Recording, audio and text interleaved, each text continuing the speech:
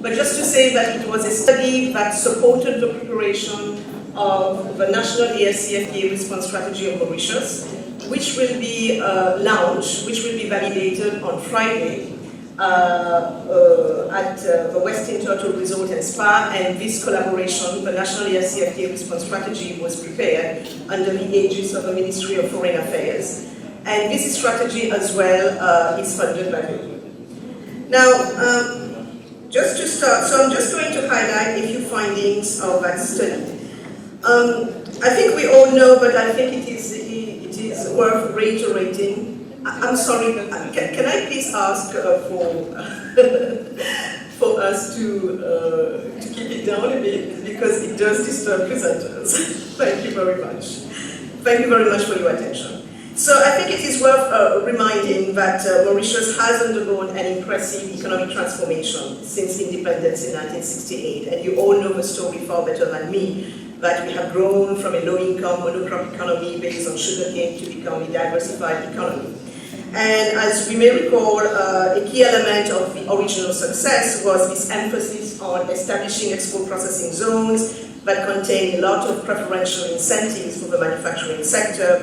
And just to point out that in 1985, it was in 1985 that the manufacturing-led EPZ industry overtook the sugar industry as the primary export earner and employer, and that back then in 1989, the manufacturing sector was employing nearly 90,000 people, with unemployment falling below 3%. However, as we all know, the manufacturing sector has been experiencing a continuous erosion in its importance in the economy, and this is reflected here in this graph. As you can see, the share of the manufacturing sector to the national GDP has been in constant decline since 2010, falling from 22.5% to 22.5% in 2010 to about 17.4% in 2019. We also know that the textile and clothing industry has always been the backbone of this industry during the 1970s. And I think just here to get a picture of where we are in terms of share of the different subsectors in the manufacturing industry, despite the fact that the textile and clothing industry has known a lot of challenges since 2010. For instance, in 2010, there were about 222 enterprises that were involved in the manufacturing of textiles and industry, and textiles and apparel. In 2019, about 40% of these textile and apparel firms closed down. And back in 2019, there were only 136 firms operating in the textile and apparel sector. However, textiles and apparel is still a significant share of the manufacturing sector in Mauritius, accounting for about 36% of, it's still accounting for 27% of the total value added of the manufacturing sector. So this first pie of 27% represents the share of textile and apparel. And next to textiles, we see that the manufacturing sector in Mauritius is now dominated by foodstuffs. And food products, excluding sugar, account for about 36% of the total value added to the manufacturing industry. And but even then, the number of enterprises in the foodstuff sector has fallen from 2010 to 2019. It was about 144 in 2010. It became 117 in 2019. Okay, and then we see that the sugar industry has really shrunk, and that now it accounts only for 1% of total value added in the manufacturing industry in 2019. We now have about 5 establishments employing around 740 individuals. But not all is really doom and gloom, as some presenters have mentioned in the presentations. In recent years, Mauritius has kind of made, has made some inroads into the sector of precious stones and jewelry. Even though we know that the jewelry sector, as the PS mentioned in her speech, suffers from a shortage of skilled labor and limited access to modern technology. And along with jewelry, recently, that's the other component, which accounts for 36%. It's dominated by precious stones and jewelry, and also by the pharmaceutical sector.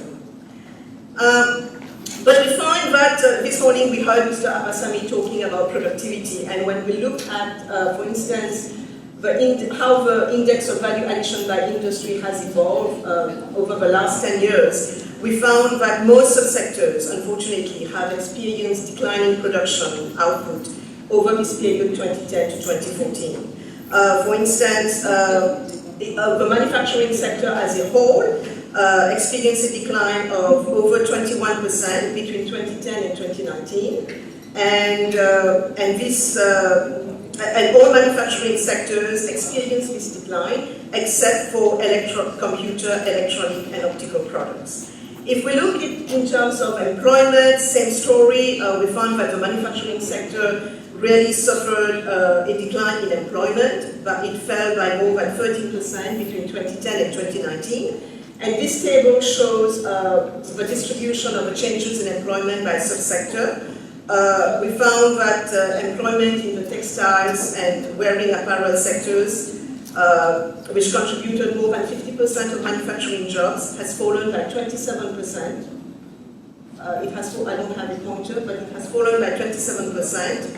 The textiles fell by 27% in employment over this 10-year period, compared to apparel that shrunk by 1.5%.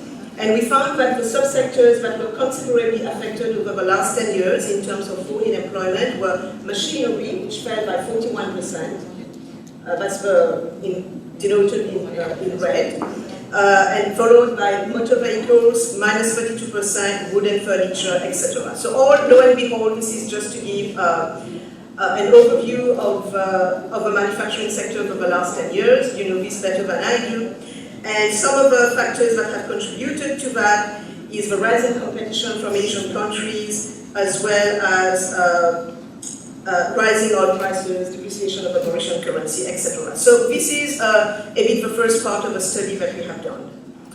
Now, this is an interesting slide because it shows again the story about poor productivity growth in the manufacturing sector in the recent years, and this is where the challenge lies. And I think that what has accounted for the slowdown in productivity growth has been limited investment, as well as, even though we know that capital productivity has been higher than labor productivity, and this is thanks to some government initiatives that were done in order to accelerate modernization of machinery, but overwhelmingly the manufacturing sector has been plagued by falling productivity. Now, trade plays an important part, has always played an important part in the economic success of the sector in Mauritius. But again, we find that we have reached a bit the limits in terms of a current model. There is a need now for new non-traditional markets. There has been a decline in the exports of manufactured products. Even though manufactured products represents about 90% of the country's total export basket. For instance, if we look at the figures, we found that the total exports of manufactured goods fell from $2.2 billion in 2015 to $1.7 billion in 2019. And within it, both the exports of textiles and agro processing as well has fallen. And then if we look at where do these exports grow, again, a message that comes out of this study and today's presentation is that there's a need to look for new non-traditional markets. I mean, even up till now, most of the Mauritian exports go to the EU, mostly the top 5 export destinations, for instance, for Mauritian textiles, South Africa, the US, UK, Madagascar, and France. Europe remains the main export destination, followed, however, by Africa, where exports amounted to about 240 million by 2019. Now, this is just the introduction to lead me to what I hope is the biggest part of the presentation, which is about the African Continental Free Trade Area. So just to summarize, we know that the manufacturing sector is running out of steam in Mauritius. There is a need to diversify into new non-traditional export markets, to get out of Europe and even Asia. And one big non-traditional export market could be Africa. When we look at the data, we found that we do export to Africa, but most of it is focused on South Africa, Kenya, and Madagascar. And also, when we look at the subsectors, we found, as the slides have shown, there is falling productivity growth. So there is a need to go into new niche export sectors. So where to find those new niche export sectors? Let us target new customer segments in new sectors, in new places. Now, I'm sure that many of you have heard about the African Continental Free Trade Area, but I don't know to what extent we really understand what it is about.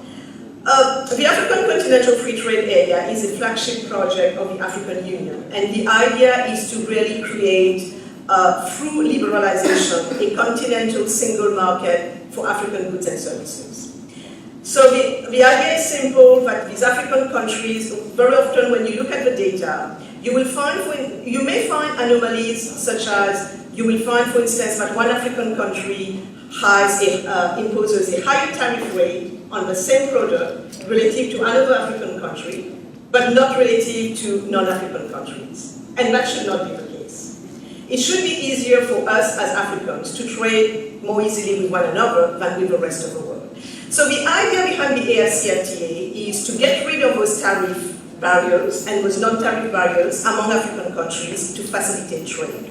So in a nutshell, this is what the AfCFTA is about. To make Africa a gigantic continent, treat it as a single market for goods and services, backed by the free movement of people, where goods, services, and capital and labor move free. But for that to happen, we need to remove the barriers. And a big part of those barriers are tariffs.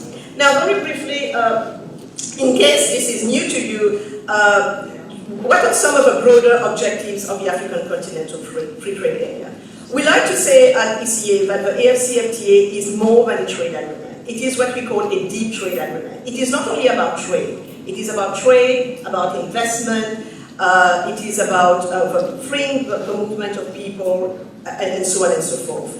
So the first broad objective is, as I say, to create this single market of goods and services facilitated by the movement of persons in order to deepen economic integration.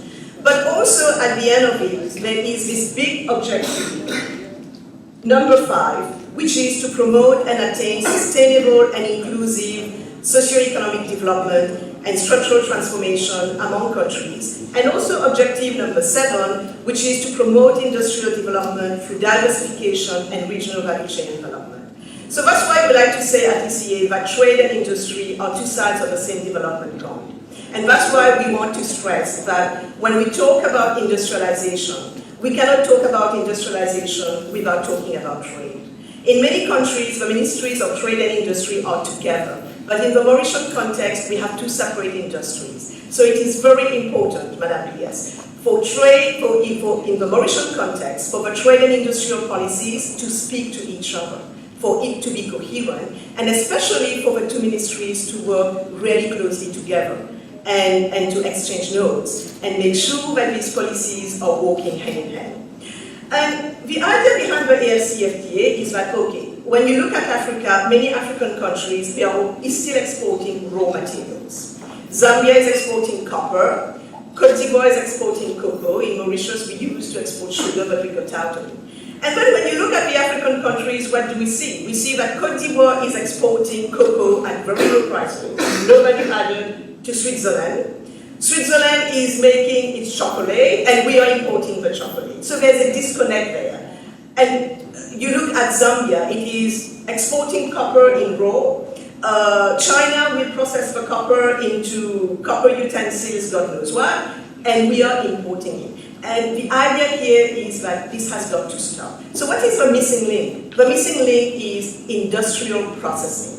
Transformation of raw materials into not only finished goods, but also industrial intermediates. So what is the big idea between the AfCFTA? Is that we need to get African countries to trade with one another. But most of the trade in today's world, when you look at the data, most of the trade is not in terms of final goods, it's in terms of intermediates. So we need to get Mauritius to buy cotton from Mali to make t-shirts and to export it to the rest of the world. That's the whole idea. Now, if you look at the specific objectives of the African Continental Free Trade Area, how are we going to do that? Well, on this table, for instance, the first objective is that we need to progressively eliminate tariffs and non-tariff barriers in goods and services. Now, I don't know whether, so I think we know what tariffs are, right? It's taxes that we pay on goods and services. Now, these non-tariff barriers, this is the interesting part, because in many countries, even though we reduce tariffs, we still find it difficult to export because there are what are known as non-tariff barriers, which are regulations that accompany exports. For instance, when in Mauritius, say we want to export a product to the European Union, the tariff rate may be 0. But if the EU is telling you, listen, to be able to export to us, you need to meet environmental standards, you need to meet labor standards, you need to have a particular set of sanitary and phytosanitary measures, it means we must have a capacity to adhere to these standards. And very often when you look at the data, let me skip a few slides because when you look at the data, this data shows what non-tariff, economists, we look at tariff rates, which is easy, it's 10%, 15%. And then when you look at non-tariff measures, we try to convert it into the equivalent of a tariff rate. We call it what is the corresponding rate of that NTN. And very often, when you look at the data, these NTNs can be 4 times more higher than tariffs. For instance, this is data that some Swiss economist, Oliver Cadot, is a well-known trade economist in Switzerland. He calculated these non-tariff measures for a group of African countries per sector, and look at the rates. For instance, animals, vegetables, it's 18.3%. Now, in machinery, it's 21.7%. So, I'm not going to talk a lot. I think I'm just going to put the focus on the AfCFTA. So what we are trying to say at ECA is that, for instance, for a country like Mauritius, if you want to diversify your economy, you want to increase your exports, your manufacturing sector is running out of steam, look at Africa and try to target African countries as an additional export market, right? And the AfCFTA should be here, you as entrepreneurs. I don't know how many entrepreneurs we have in this room, but I hope there are a few. The entrepreneurs, you should also target the AfCFTA. However, as you can see, currently the AfCFTA has been launched, but it has not been implemented yet. So sometimes entrepreneurs, I live in Zambia and my landlord is telling me, Ms. Bulaki, this AfCFTA, how can I take advantage of it? And we are not quite there yet. We're going to implement it, and the negotiations are still ongoing. Like, for instance, yesterday, Mr. Danenjai Simon from MOFA, he came back from the AfCFTA Secretariat, and he was telling us, like, for instance, in phase 1, we are supposed to negotiate over tariffs and non-tariffs under Protocol 1 trading goods. We also need to negotiate over services, which is trickier. We are also supposed, under the AfCFTA, there are different protocols, we have to agree on how we are going to collaborate on investment. We have to agree on how we are going to collaborate on competition policy, on e-commerce. Now, e-commerce, that's very important for MSMEs, especially if you're on an island like Mauritius. You need to reach the markets. So these negotiations are still ongoing, they are complex, but we are getting there. Now, a first set of results is that we have managed to agree among African countries on how we are going to liberalize. So, some countries, the agreement is that all developing countries in Africa should remove 90% of tariffs, on 90% on all tariff lines, these tariffs should go. It should be reduced to 0. And you have a 5-year period to do it. However, we all know that not all countries are at the same stage of development. There are countries known as least developed countries. They have their GDP per capita is lower, like Madagascar is an LDC, Comoros is an LDC, Zambia is an LDC. Now for these least developed countries, we are going to give them some additional time to reduce their tariffs. Because when you reduce tariffs, it means government loses fiscal revenues, right? And you're losing crucial revenues to finance development. But then also within the AfCFTA, we tell countries, okay, that maybe there are some industries that you still want to protect them, they are sensitive, so we are going to give, for these, you can come up with a sensitive list, and for these groups of sensitive products, only 7% of that, for only 7% of these tariff lines, you can reduce tariffs. And you have maybe for the first 5 years, you can keep tariffs as they are, and then you liberalize later. And then there are also excluded lists where countries said, no, no, no, we are not going to reduce tariffs on that. Now, the trick is, with trade agreements, is that suppose countries are negotiating. You look at, say, Mauritius and Zambia. Suppose Mauritius really exports 2 products to Zambia. It's 90% of their exports to Zambia. And then Mauritius say, no, these 2 products that we are exporting, we are going to put it in the excluded list or the sensitive list. So what does that mean? It means that we are not really cutting tariffs for Zambia. So these negotiations are tricky. And also, the AfCFTA can be an opportunity, but at the same time, we don't want to convey the impression that it is a magic bullet. The gains are not automatic. Countries will have to work hard to reap the benefits. Like, for instance, and this is very crucial for the manufacturing sector, the issue of rules of origin. Now, let me explain that. I may end my presentation on that, but I think this is the most critical for the manufacturing sector in all countries. What are these rules of origin? The idea behind AfCFTA is that we want to promote made in Africa. Now, it makes no sense for us as Africans to reduce tariffs among each other, for the Chinese and the Indians to come and invest in our country, invest on the continent, and then they bring their own labor to export tariff-free to other African countries. We are not doing this for the benefits of the other countries. We should do it for the benefits of Africans. It's about made in Africa. Now, so if Mauritius say, okay, we want to export tariff-free to Zambia and Zimbabwe, tariff-free, we have to make sure that this Mauritian product is genuinely a Mauritian product, right? If we are making a cotton or t-shirt, we want to make sure that most of the materials come from African countries, the labor is African, right? And when we export it, it is genuinely a made in African product. Now, how are we going to verify this? This is how a trade economist come with the concept of rules of origin. It's as if you have to prove, we are going to say to Mauritians, you can export tariff-free to Zambia, but if you're exporting cotton, 90% of that value of cotton must have been generated in Africa. And we have measures in place to verify that we are meeting these rules of origin requirements. And then when you say you can certify that, okay, the cotton came from Mali, the buttons came from Madagascar or whatever, then you get a certificate as an entrepreneur.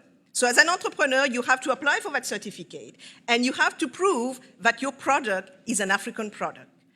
Now, all this has costs for MSMEs. You can imagine, if you're an MSME and Mauritius is signing all these free trade agreements, so suppose me, I am exporting cotton. I want to export to China.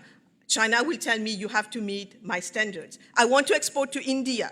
India will say you have to meet my standards. I want to export to Africa, and Africa say you have to prove to us that this is genuinely African. So what do you do as an entrepreneur? Which market do you target? So there are costs to complying with those rules of origin. So it's a complex project, but we are getting there. Countries are negotiating to liberalize tariffs and non-tariff barriers, right? The issue is about the rules of origin. They are still being negotiated. On top of that, in order to really benefit, we have to make sure that these non-tariff barriers are removed. We have to make sure that when we're exporting to each other as Africans, the transport and shipping costs are low, right? If you're a Mauritian entrepreneur and it's going to cost you $1,000 to ship to Madagascar and, I don't know, $500 to Vietnam, we are like, why should I go to Madagascar? Let me go to Vietnam. So all this must be taken into account. And a final thing, the issue of transshipment. We have to prove, for instance, that when a good is leaving Mauritius and going to Zambia, that during this process of transshipment, the good is not being altered. It's not making a stopover to another country, adding another material, so it's complex. But the key policy message is that the Mauritius manufacturing sector Mauritius could position itself as a hub for manufacturing in Africa. It could. However, we will have to really strengthen capacities of Mauritian SMEs to adhere to all these trade agreements, right, to meet the rules of origin. But also the critical message is that in order for AfCFTA or any trade agreement to yield benefits to Africans or to Mauritians, we must, at the end of the day, have a solid industrial sector. Because most of the trade nowadays happen in intermediate goods. And the idea behind the AfCFTA is to get African countries to develop value chains and trade more among each other in terms of intermediates. And for that, we need to really strengthen the capacities of the manufacturing sector. We will share the slides, but that was the key message. Thank you, Mr. Doman, for indulgence. Thank you.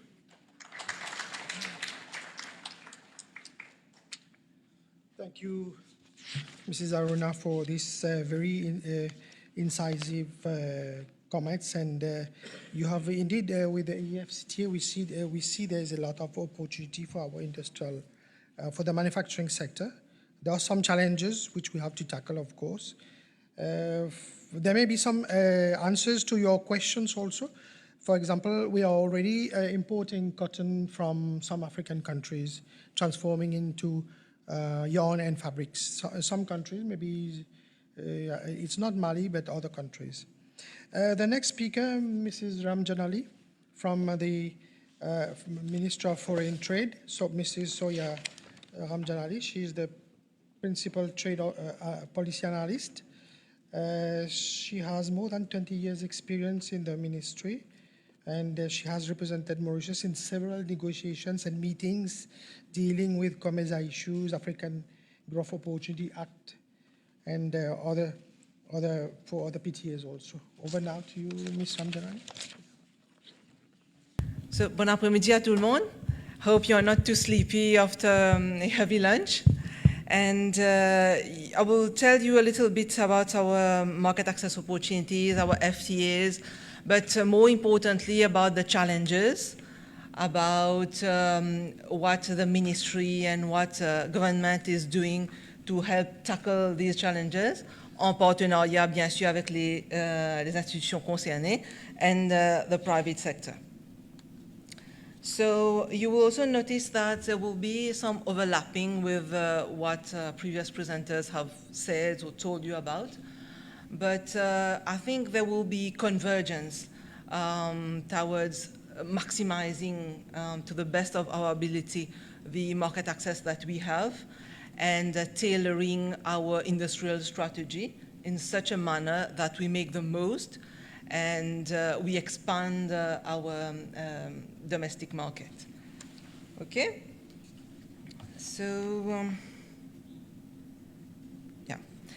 So, as I mentioned, I will touch upon briefly the existing agreements, but importantly about actual exports versus potential exports, the challenges and the ongoing strategy. And I will also briefly touch upon trading services, though our workshop, our brainstorming is about the manufacturing sector, but services play a key role towards becoming more efficient, more competitive. Especially we saw in the times of COVID how digital trade, e-marketing, e-commerce plays a critical role. Yeah. So why FTAs, PTAs? Bien sûr, as you all know, we are limited by the smallness of our domestic market. And so it provides us with an enlarged market phase. And very importantly is that FTAs provide operators with predictability, certainty, and above all, preferential margin. Let's say, for example, with AGOA preferences, we have a preferential margin of competitive countries like Bangladesh and Cambodia. But even then, you will tell me, even despite the preferential margin that we enjoy, because the preferential margin is on the tariff, they are still competitive. These countries are still competitive because they are low-cost producers. Yeah? So, grosso modo, these are the advantages of engaging into FTAs and PTAs. PTAs is preferential trade agreements, a PTA is on a small, smaller, is more limited than an FTA. It doesn't cover substantially all trade.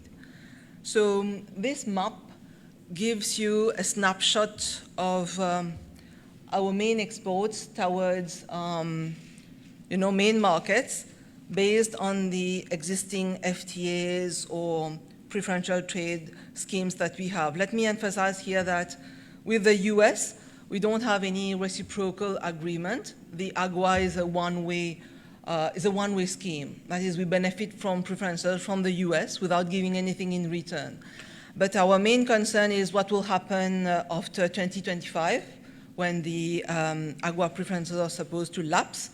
And I can tell you that Mauritius is using all diplomatic efforts to try to secure an agreement which will safeguard our market access post-2025.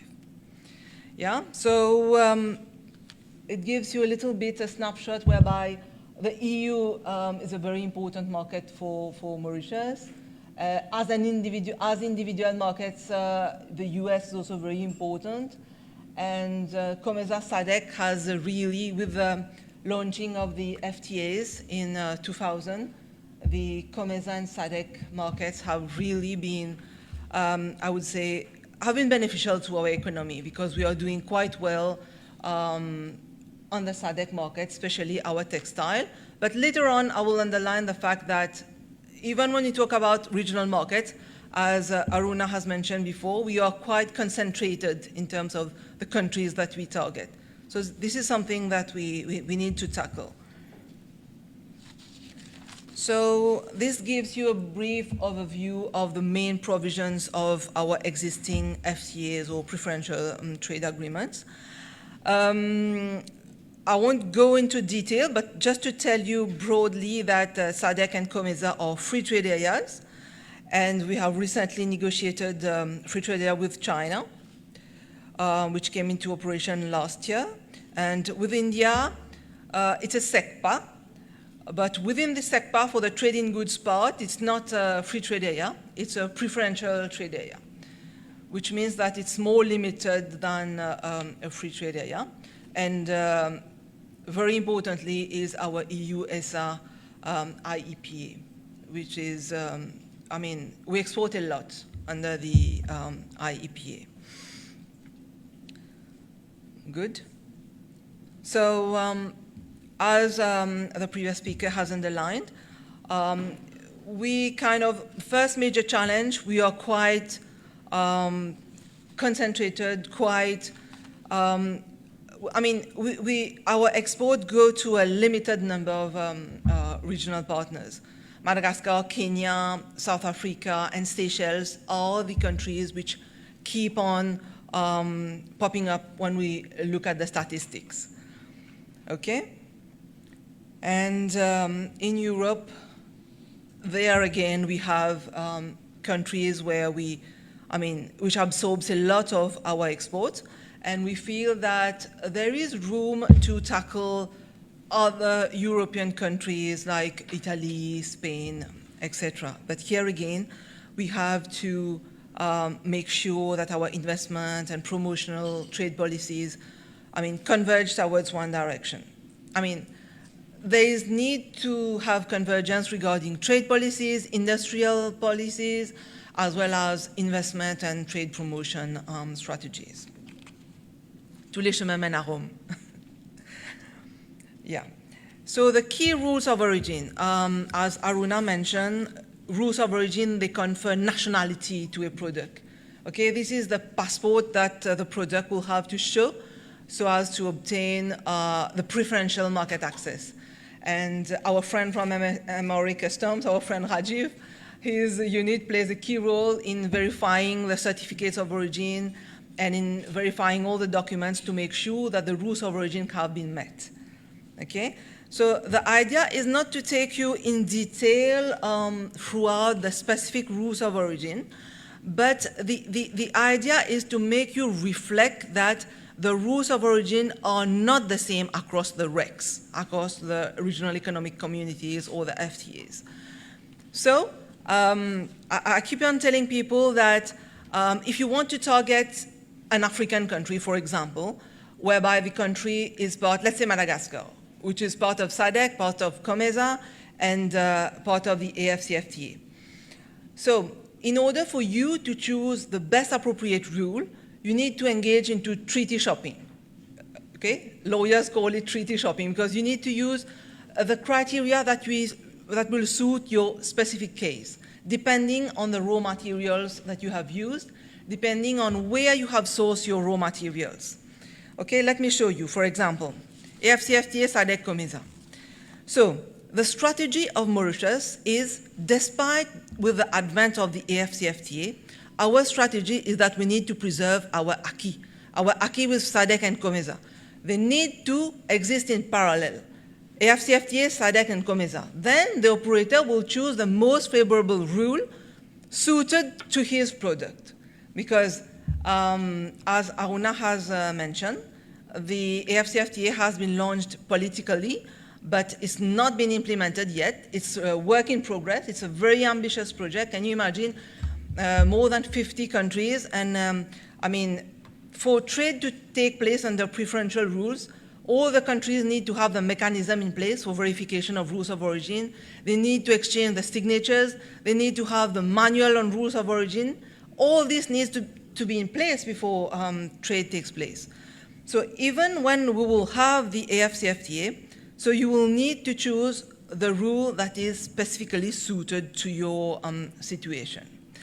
And well, I'm sure many of you know that for many products, SADC and COMESA rules are more favorable. So it depends on your specific situation. The AfCFTA is a very ambitious project. The main objective is the industrialization of Africa. And the main objective is to bring down trade barriers within Africa. But importantly, they want to use African origin raw materials for exports under the AfCFTA. So, as I told you, AGWA is non-reciprocal preferences. I must say that the Pakistan preferential trade area is not very much utilized, specifically because at some point Pakistan came up with an internal tax on imports which come into their country because they want it to be a revenue generation means. And this has affected, I mean, exports to that market. We have approached them on, I mean, I think it's applied on an MFN basis to all countries. But this has really affected our exports to Pakistan. And Turkey also, it's not very much utilized. I think there are a couple of quotas under the Turkey agreement, and also some products are not covered. So this is something that we need to tackle. Yeah, so this is just for you to have an idea. You will have slides later on. Mr. Doman and his team will circulate the slides. But this is just to show you, for some products, we have juxtaposed the rules of origin. You see? So they are not the same across recs. There is no harmonization, and the best way is for the operator to choose the one which is best suited to his own situation, depending on where he has sourced his raw materials. All right? And I can tell you that for canned tuna, we have very favorable rules under COMESA. We have change in tariff heading. But what I've been told is that our operators, they export to the maximum to the EU market, and they don't have much left for the regional market because I think we have only one cannery. So this is something that probably in the long run we need to tackle, probably try to secure investment in additional canneries, or to try to seek from where to source raw materials, from where to source fish, so that we can take advantage of the existing market access. Well, very interestingly, for textile and apparel, under the AfCFTA, the rule is not yet finalized. What colleagues told me was that there are huge divergences because ideally, for Mauritius, ideally, we want to get the single-stage transformation. But many countries are opposed to that, and it's not easy. So I know that we are doing very well on textile and apparel into the SADC market, to South Africa, but probably we need to see, we have recently secured quotas on the Indian market, and let's try to see how we can, strategize so that to take advantage of the new opportunities that we have. Okay? And I must also underline that apart from rules of origin, when somebody exports to any market, they also have to meet the internal requirements of that market. Sometimes there are technical requirements or sanitary and phytosanitary rules, okay? So these are all part of the game. Yeah, so this is just here to show you the unrealized potential, export potential, okay? So the shaded part is what we are taking advantage of, whereas the pale part tells us about the untapped potential. And let's say for South Africa, we have a huge untapped potential, trade potential. This has all been generated from the ITC website. And it's meant to show to you here that there are many markets where we are yet to realize the full potential. I mean, we are making some inroads, but we still have room for us to strategize and take full advantage of the existing market access. Well, the ministry has a trade portal. If we get time after the presentation, I can briefly show you how it works, because all the market access information are there, all the rules of origin, etc. It also has a few country profiles and talks about trading services and of the status of regional trade negotiations and all. Yeah? And next, let me just briefly, of course, the operators in the room know about it, but it's just to brainstorm about the different steps involved when choosing a particular regime and on choosing, which RTA you are going to opt for your product. Of course, you have to know your HS code, and you have to choose your agreement, as I told you, depending on the origin of your inputs. If you know that this market requires inputs to be originating, if this market requires a two-stage transformation for textile and apparel, and if you import your raw materials from third countries, you know that you won't be able to make inroads into that market. So you have to choose your RTA depending on the rules, depending on where you source your inputs. And you also have to keep an eye upon how your competitors are doing, of course. Okay? And if you know that your competitors' main weakness is they can't deliver on time, though they are cheap, they can't deliver on time, or they are not good in market niches, and you can specifically differentiate your product and make really tailor-made products for specific market niches, then you have an edge over these countries. Bien sûr, what are your weaknesses, how you overcome them, and these are all like business acumen, right? So very importantly, the challenges and strategy. Yeah. So bien sûr, we want our SMEs to make inroads into the regional market.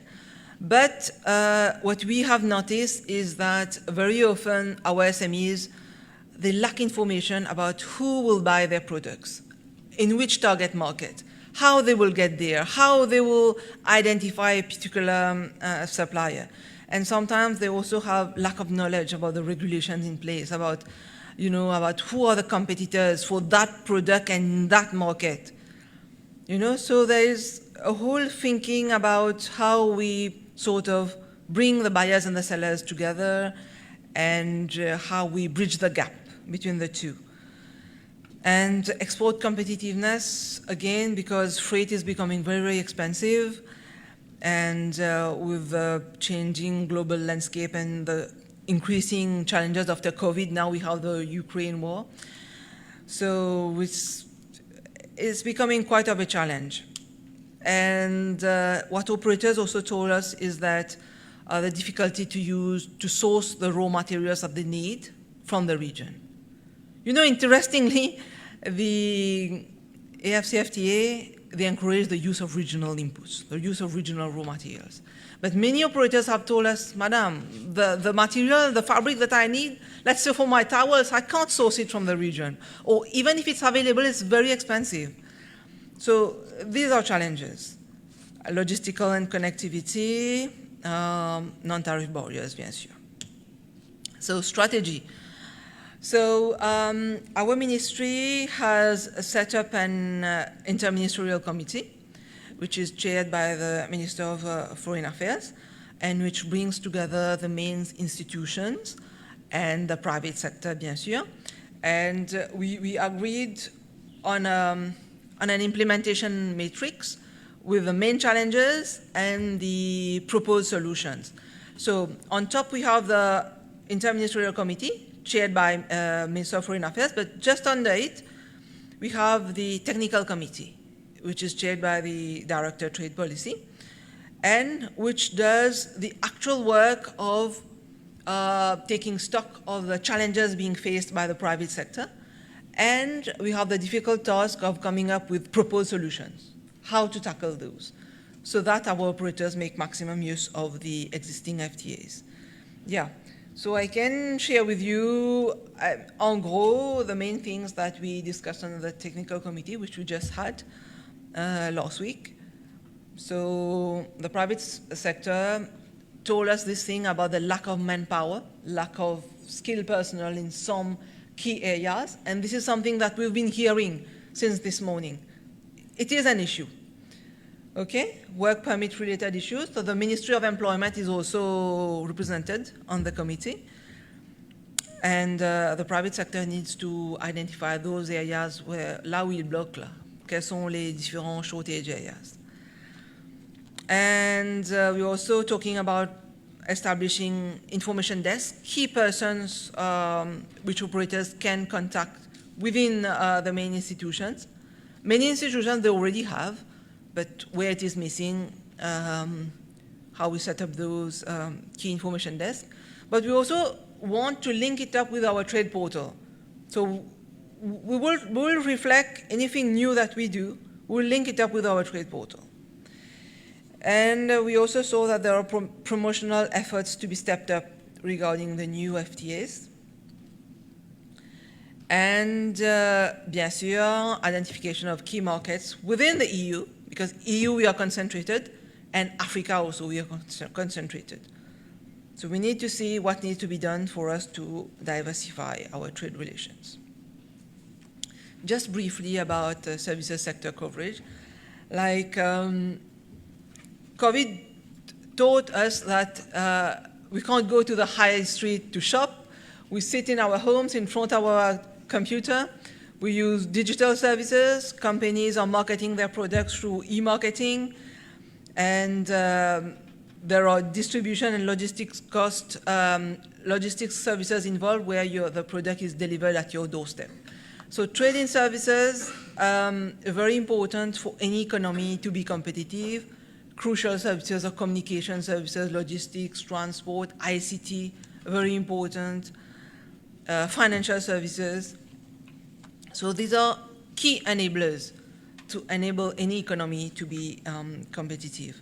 And I just wanted to show you that in the main RTAs and the main FTAs, there are also services chapters. For trading services, you don't have tariffs. So you have regulations affecting trading services. Let's say a professional, a doctor, an architect who wants to go and provide these services in another market. he will need to get registered, he will need to find out what are the applicable laws and regulations he will need to adhere to. So for trading services, we have regulation. But just to show you that in the FTAs, we also have services chapters. And now, let's say for the professionals, it's up for the professional to, let's say, have mutual recognition agreements with their counterparts. So that, I know it's not easy. I know it's something which takes time, which takes a lot of energy, but at least it is there. We have just started, and incrementally we need to do something towards for our trading service providers to provide their services abroad. And SADC and COMESA also have trading services chapters. Okay, so it's not only about goods, but also services. I will end on this note.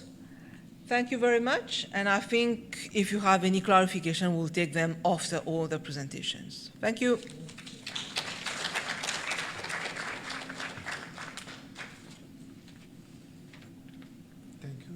Thank you, Soraya, for so many useful information. I think they will be useful to guide our enterprises. The next presenter, Mr. Girish Bhagwan Singh, he will speak about the support schemes on the manufacturing sector. Mr. Bhagwan Singh is Director Industry at the EDB, and he has several years' experience in this field. Over now to Girish. To be three more speakers that are going to speak about incentives. So I'm going to be very brief and to explain about what are the incentives that the manufacturing sector is offering to stakeholders in Mauritius. First, I must say I'm from the Economic Development Board, and the Economic Development Board operates under the aegis of Ministry of Finance, Economic Planning and Development. But what's important about this agency, this Apex agency, we are engaged in strategic economic planning, we are engaged in the promotion of trade and investment, we are engaged in the business facilitation, we are engaged in country branding. So we are very key, we play a very key role when it comes to the development of the industry, in fact, in the economic development of the country. So our engagement with multi-partners, be it public, private, and other sectors, even civic sector, we do have the ears to what they are proposing, because Mauritius is a small island, and the development that we are engaged is quite integrated. So we have a good middle class, and we want to get the middle class to emerge further. Coming to the incentive that we are talking, let's understand this point. I think this is very important for us to know. The previous speaker, Mrs. Bolaki, was talking about the chocolate being Switzerland and the cocoa being from Africa, and it applies for a number of products. In fact, Africa is full of raw materials. Don't forget that what you are wearing right now, the brands are definitely from Europe, US, and the clothes have been manufactured from here. We have the yarn and the fabric, we have been the cotton we are growing in Africa. So it's a matter of fact that we are having a lot of raw materials, and we have not been exploiting it fully. And this has been the case when it comes to Mauritius. We don't have a big market. We are very small. We don't have raw materials also. We don't grow cotton here. We don't have a single ship. So we need to develop. And that's why since day one, in fact, Mauritius has been manufacturing since quite a long time. We have been producing. We have been producing sugar since the French time, in the 17th century, I think. But the industry takes shape after independence, because after independence, we start industrializing. That's why we have 50 plus years of industrialization. But all this time, what we have been doing, when we were capturing the technology from foreign partners who were coming to Mauritius from Hong Kong or from elsewhere, we were not letting the industry to die. Even after their departure, we are keeping support to get the industry to develop and continue to exist. And this we quite understand it well, because we know very well that the wealth of a country is being created by the private sector. It's not the public sector that creates wealth. This is not its first mandate. The mandate of creating wealth is that of the private sector. So the little economy, little Mauritius, has over these years been able to stand with 535 large establishments, creating employment of nearly 90,400, and even having an export of goods in 2021 of 1.3 billion USD and contributing to the economic development of the country. But what's amazing in that engine of growth is that engine of growth has been able to export 1,548 product lines to over 120 countries. And this is very relevant in the sense like we knew that we are small, so whatever we were manufacturing was meant to different niche markets that we are having, in different countries. So we cannot go in a country and say we are going to dominate this particular market with the production that we are having. We can't do that. But what we could do is to identify niche market where we get, and in some cases, like textile and apparel, dominate that niche market in that particular subsector. So we had an approach which was quite realistic. Public, private, all parties understood this well, and that's the way we have been moving. True, which is important also, is with regards to the different, plus that we were having. We were already having a certain plus when it regards to the type of relationship we were developing with our client, which was very important. We were listening to our client. So many speakers have addressed a number of issues that I won't repeat. We were also taking advantage of our preferential access through schemes that we're having. We're actually having a number of schemes that allow us to go to EU, to USA, Africa, Asia, Indian Ocean. There was a beautiful map that was projected by my good friend from ITD. So it's all clear about that we were having access to a number of markets because since day one also, we knew that our market was small. But the rationale for the scheme, this is what is important, the way we were looking at scheme. We were looking at the interest of the bigger community, the greater community. We knew in that support of public and private, the point is to get the private also to support that they can create more wealth and of course more employment. And if we don't give that support, then we won't be able to succeed. And that's the reasons why private and public have had a unique relationship in Mauritius, which is not necessarily the case in all countries, a number of consultations, and today is another testimony also. Private, public are present over the same table over here to discuss how to get things to move forward, how to make things happen. So this constructive approach, which is reflected in the dialogue that we are having. In fact, the title today is also about dialogue. In the dialogue that we are having is enabling us, to listen from both sides and bring about a certain type of scheme that we feel would be relevant for the industry. And for the industry, be it small, be it medium, and be it large. So this is also very important. Second, when Mauritius started, our main market was in UK, France. So we had to diversify this market, and we did it pretty well. Had we not diversified or took advantage of the scheme, going to US, going to South Africa, going to a number of countries, we would have been putting all eggs in one basket. And our point is we have always believed to do business in the region. But things were never easy for us on the other side. We were very open, even to go to l'île de la Réunion or whether to go to other regions. There are many challenges that came our way, including logistics, including it's not easy to penetrate their distribution channel. There were a number of problems. And on top of it, we knew, like our industry, the capacity, I think Ismail spoke about that this morning. We cannot go and say we are going to have a minimum order of that much products. We cannot go like that. We were competing on minimum products, but short lead time. And that's the reason the scheme that follows come out of a rationale how to make the product offer from Mauritius competitive in that market that we are targeting. And the same will apply when it comes to the region now with the advent of yesterday called SADC and AfCFTA, provided, we have to take into consideration that we are a country with no raw material. The question of transformation and all that is very key for us to keep going. So in that context, Little Mauritius have been able to manufacture that number of products, contributed to an economic growth, and which World Bank qualified one moment as a Mauritius miracle. So this is the way, has been the rationale of how we have been moving forward. Yes, coming to the support scheme for the manufacturing sector, there are more than 20.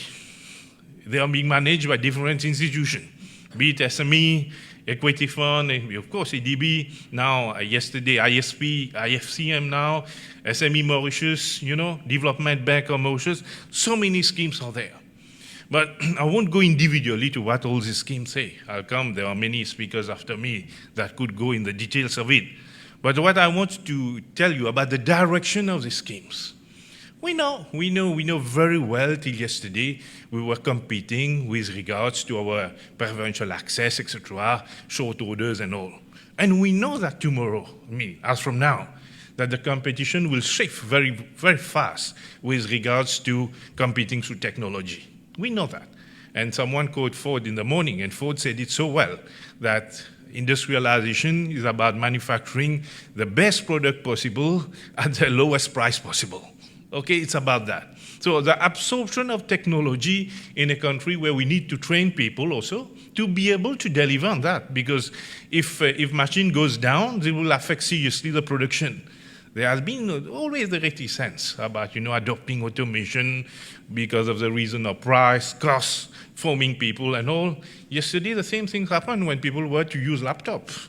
Okay, the same thing was happening to go on smartphone or even on cell phone. So there is a moment that you have to get to adapt to it, and that incentive is meant to modernize the manufacturing sector, and of course try to incentivize investment in high-tech manufacturing. We were talking about textile apparel. It was at one moment in Mauritius when we were the third, I think, major exporter of knitwear garments. It was labor-intensive at that time. Knitwear is a labor-intensive product. And now, with the advent of soft robotics is able to do the latest technology, to do T-shirts, to do shirts, which was not possible till yesterday. And at a more productive, bigger quantity, and obviously you can play with regards to today's demand, which is a demand which is more customized.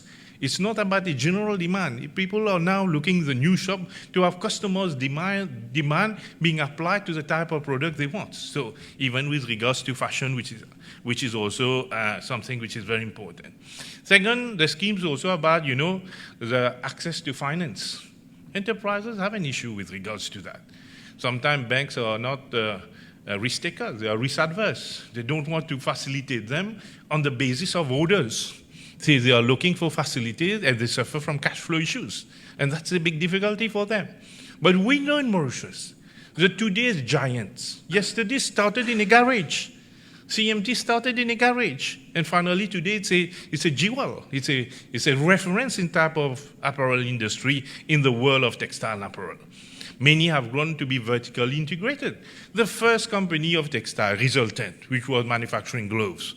The same company has now become Artinitz, vertically integrated, manufacturing even in their development, the first T-shirt which is zero carbon footprint. So just to tell you that all this have been possible with all that sort of incentive and support that came.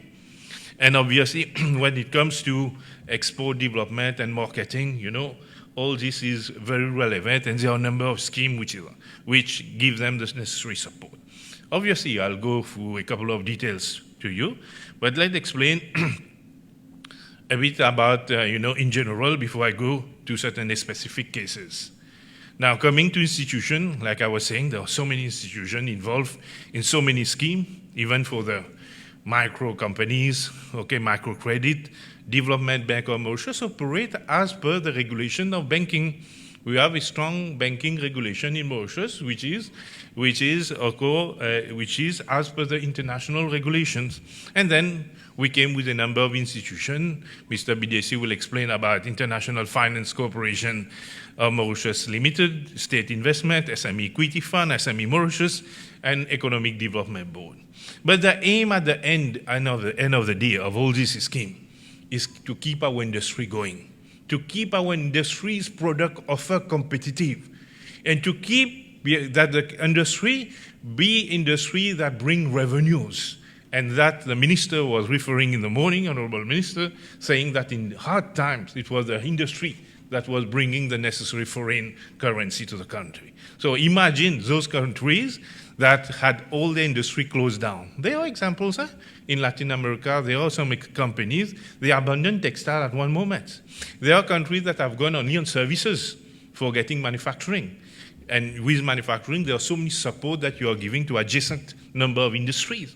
So this is well calculated with regards to the type of development that we want to do, despite that we know we are in the medium of Indian Ocean, we are far from the markets, we have limited labor, we need to import raw materials, logistics costs is coming more expensive, despite we know all these weaknesses that we are having, but we also have another strength.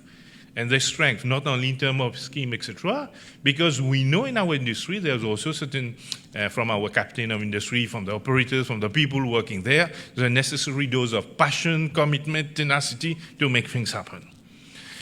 Yes, just come to certain scheme managed by EDB Mauritius when it regards to SME participation in international fair refund scheme. The government came forward at one moment 100,000 rupees, then 200,000 rupees annually to refund SMEs for their participation, in marketing and other promotional activities abroad.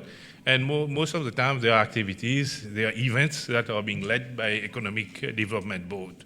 But what has happened to it? What this brought? When it was referred that South Africa is one of the major export markets for Mauritius, one has to take cognizance. This has helped so many SMEs in the textile and apparel to be able to export to this particular destination. This would have not been possible if all these SMEs could not participate in different promotional events that we were having. From 7th, there is an event in South Africa, and I was surprised to see the number, I would call good medium companies today that are coming to these events because they have been able to develop a regular customer base there. So this scheme has been very relevant to help them to grow to a certain level. Of course, they had their challenges with COVID and all. Another scheme which was important is a trade promotion and marketing scheme. In fact, what we do in it, we were refunding 40% of the air freight costs when it comes to charges that they pay for exports to destinations like Europe, USA, and Africa. So this is very important for a country which is very far. We know our competitors, tell it in any sector, they are closer to the market than us. Kenya is exporting agro products. Textile and apparel, it's more Morocco and Turkey, Tunisia and Turkey. In any sector, our competitor are closer to the markets. And imagine, had we not devised this sort of scheme, and that's why during COVID time, the 40% refund was increased to 60%. So this is very relevant to help enterprises to reach out for their clients. And there's also the question of build the type of relationship that we want with clients. At the end of the day, clients mean market that will dictate your productions. And we have to build that sort of trust, that sort of relationship, that when the clients look to do business in the hard times, they thought of Mauritius. And that's why in the good time also they will think even more about Mauritius. So this is very important, the customer service and the support that the industry is giving. So that's why when they make the counts with regards to the cost of the product, if they compare it from Mauritius to any other country, they might find Mauritius costs a bit more. But when they add the freight costs and other charges, because this is an approach of not FOB, it is an approach of going, even at one moment, certain companies are using it, CIF, okay? So this is an approach where we are supporting in the freight costs. And this is very relevant, and this has helped enormously with regards to getting the product closer to the market. There's also the freight rebate scheme to Africa. We were talking about Africa, AfCFTA. A sad reality, the intra-trade in Africa is very low. I think 16% approximately. The intra-trade in Europe is 68%. The intra-trade in North America is more than 50%. The intra-trade in Asia is more than 50%. So we have a very low intra-trade, and there are many reasons for that.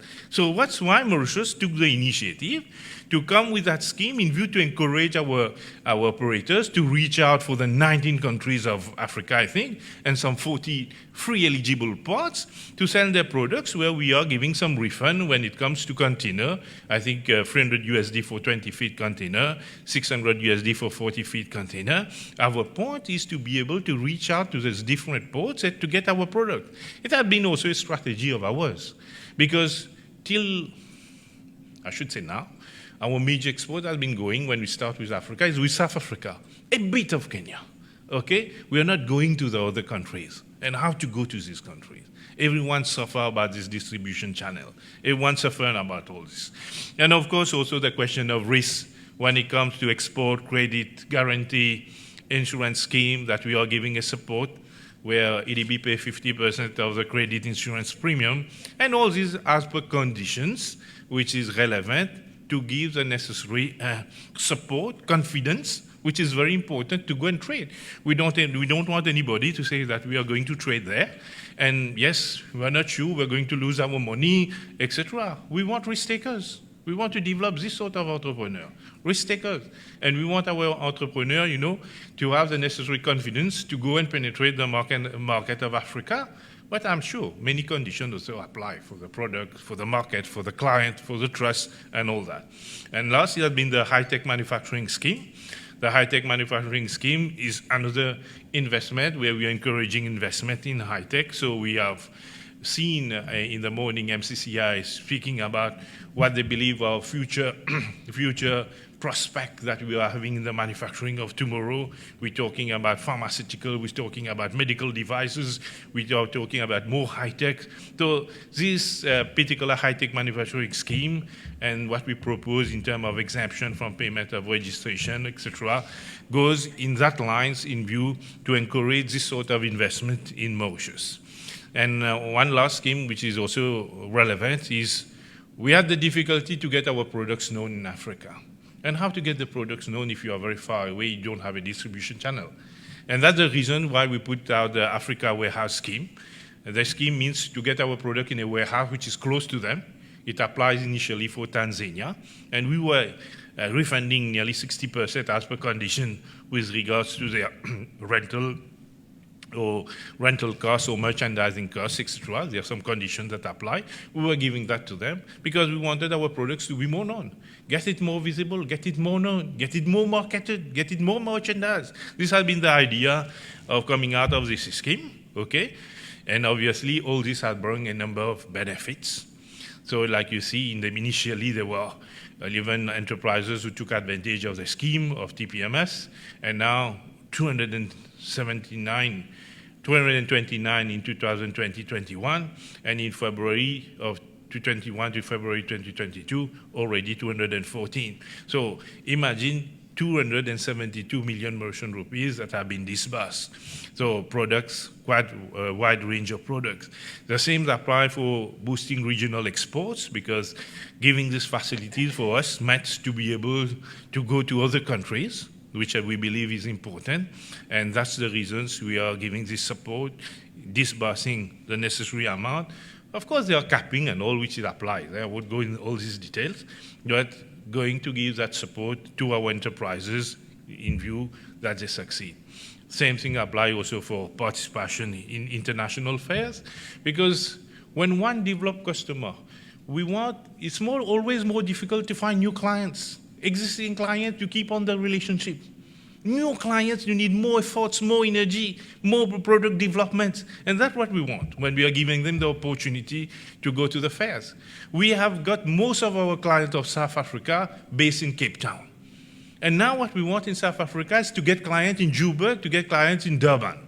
What we want in South Africa, diversify not only textile, get also other products. And when we are talking about South Africa, immediately under SACU, and a number of countries that they use to serve from there, coming to us, Botswana, for example, suffering from the supply from South Africa. There's a big logistic issue there.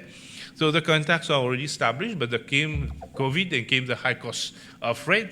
This has played a bit against us. So behind any scheme that we are talking, there is a rationale, there is a strategy, there is an objective, and this objective is also monitored, okay? So where we want to go. I won't go in all details. I don't know if time permits with regards to other incentives that we are having for investment, because I'll go into all these details, and also about the scheme. HRDC will be talking about the scheme for training, because they are also addressing us at the end. So that's the way forward with regards to us. Move with reasonable confidence, move to get the industry to sustain its development, move to get Mauritius to prosper. Thank you very much for your attention. with the other speaker, Mr. Ramparsad, on SMEs. Mr. Ramparsad is the CEO of SME Mauritius. He has been operating for more than 25 years in the private sector companies. Over to you. I will ask the...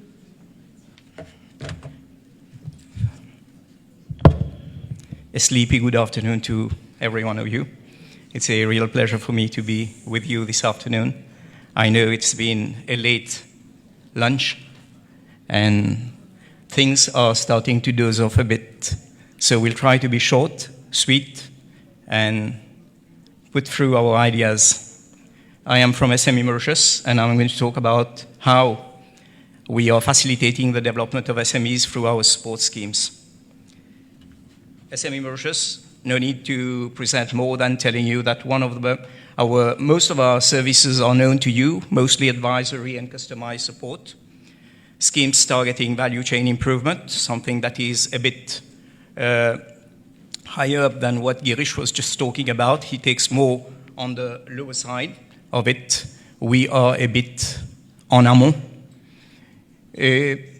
Improvement of value chains, training to enhance knowledge, skills, and managerial capabilities, networking for intra-SME trade,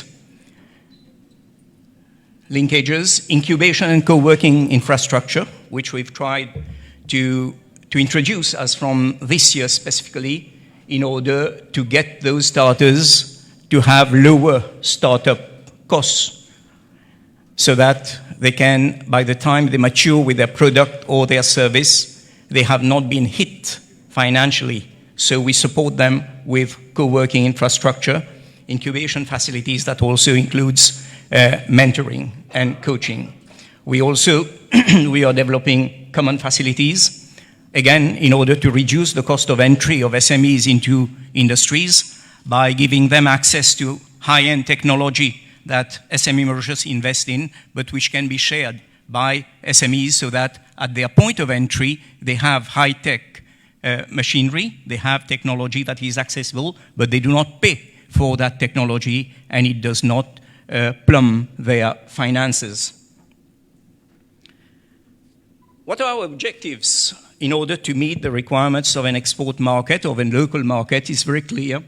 It's all about sustainability because every SME counts for us, okay? And it is important that when people go to invest and they take the risk of investing rather than choosing a job or being employed by somebody, they go and invest whatever they've saved. It's important for us to ensure that they are sustainable, that they stay over time, and that they at least have something to pass on to their children. Growth is key to sustainability. It works on each other, so we ensure that they grow, that they have an escalation plan in order to develop.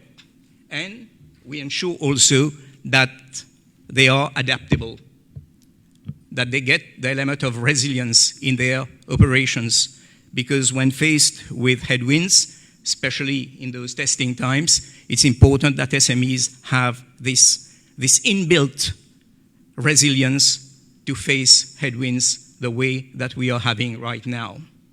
Therefore, for us, we push them towards optimal efficiency, both in terms of economy and in terms of productivity. Trying to use their resources and getting a maximum output out of it to improve their productivity. We try to develop in them a culture of quality that serves them both mostly with their local markets or markets, export markets, if they are on that market. A culture of innovation, so that they don't rest on their laurels or whatever they've acquired. And there is a constant thrust in them, a need for innovation. And it keeps them in line with emerging market trends. Also, improved customer responsiveness, because it's important for them to respond to the changing requirements of their customers. Therefore, most of our schemes are geared towards improving either one of those functional areas, which gives, because at the end of the day, what we want to see is that we have a community of SMEs that is thriving, and for them to thrive, we have to support them. For us to support them, we have to give them customized support, despite the fact you have lots of them. So there is what you call the phenomenon of mass customization in our schemes. Our schemes, it's in front of you, you will notice ICDS advisory and support. It is internal capability development. The term itself tells you what the aim is. It is the development of the internal capabilities. In other words, all our schemes and the objectives of our schemes and whatever they cover is mapped on the value chain of those organizations, of those SMEs, so that SMEs have the flexibility of choosing from our menu of schemes whichever scheme suits them most after having had a proper diagnosis of their needs. Therefore, nothing goes astray, neither are we giving them a solution that is not a solution. So we have advisory services, we have process re-engineering, lean manufacturing, all terms that you may have heard since this morning, productivity, financial restructuring, monitoring, hand-holding and mentoring, accreditation to standards, we were talking about quality, intellectual property this morning, His Excellency Vincent de Gers mentioned it, the necessity of having standards, accreditation to standards and international ones. Intellectual property, again mentioned this morning, and its importance if ever you want to develop a market that is sustainable, because with brands come a certain customer loyalty that brings you sustainability and long-run business. Marketing design and tools, you have barcoding and technical training. I'll come to training separately. This is for internal capability development, meaning within the functional areas of the value chain of any SME. Then you have technology and innovation scheme. This is what we call TINS. And you have digital transformation, online presence, social media, mobile apps, technology, ERP or such tools. Then we move on to the greening part, ecological part. Green technology, water treatment, solar PV, and recycling. The MSS is marketing support scheme. We do not replicate or duplicate what EDB does, but there are certain gaps in that support that we come to plug. And the MSS is very popular, but unfortunately due to COVID closures, it has not been used as it should have been over the past 2 years or so. But we talk about international compliance. Somebody mentioned international compliance this morning. E-cataloging, training and learning, administrative grants on exports, being listed on international selling platforms, international market prospection, but not duplicating the services offered by EDB or the schemes of EDB, networking, and administrative grants for trade. And all this supported by another thing that we have brought in as innovation. It is inclusiveness and integration, because we believe that when you are limited with your resources, instead of going for pure competition, at times it does help to think about cooperation. Therefore, we have started incentivizing cooperation among SMEs, intra-SME cooperation. And the objective is to get them to work together so that they can identify areas where there can be synergy, where there can be productive synergy, and therefore competitiveness and eventually profitability. So we are incentivizing it. In a modest way, I would concede, but what is important is that the seed is sown, and we can only build on it. On the progress of our schemes, it's important I just wanted to share a few figures with you.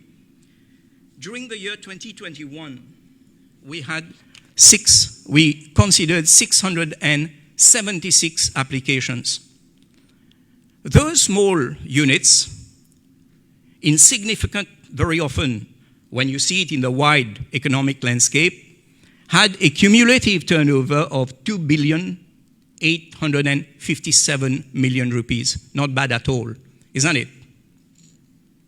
And they were employing 3,954 people. You see? When you look at it, you're shocked because how is it that the small units, very, as I said, insignificant in our economic landscape, can produce or can employ that much? So far this year, over the first 7 months, up to 8 months, we have considered 567 applications. They have a cumulative turnover of 1.6 billion, very telling, and they employ 2,193 people. You will notice that the average help has gone down, the figures, turnover figures have gone down, and the employment figures have gone down. Anyone knowing why? Most probably. It's because they are the smaller ones and they have suffered most from COVID. It's very telling. Despite that, when you look at the total, over the past 2 years, we have considered 1,243 applications for our schemes, for the schemes I just defined for you. They have a cumulative turnover of 4.5 billion, and they employ 6,147 people. Again, surprising that insignificant actors in our economy carry so much of weight. What does it teach us as lesson? That there is a glaring asymmetry in institutional support and consideration towards SMEs, because we see them as many small, and we don't see them as many small forming part of a bigger group that can carry the economic burden and the burden of economic development of our country. And it's time that we get it right.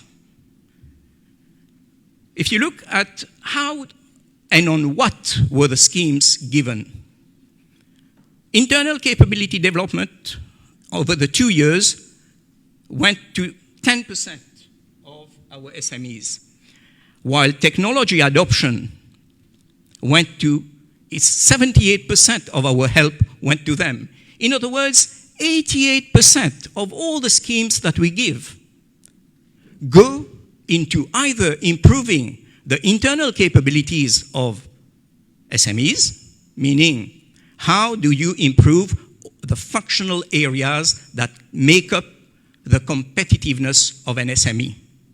Number two, or it went, the majority of it, 78%, went to getting SMEs to understand that it is important, helping them to acquire, to take on, to adopt technology in their manufacturing or processing process.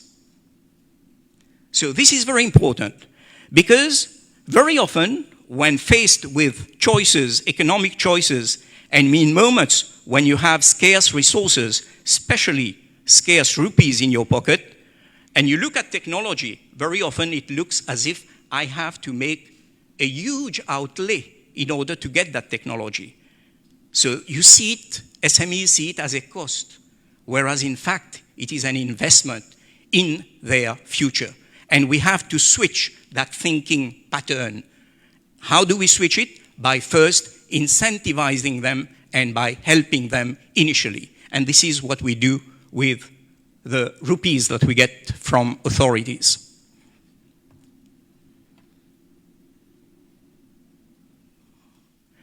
This small figure tells you about the distribution of SMEs with regards to sector.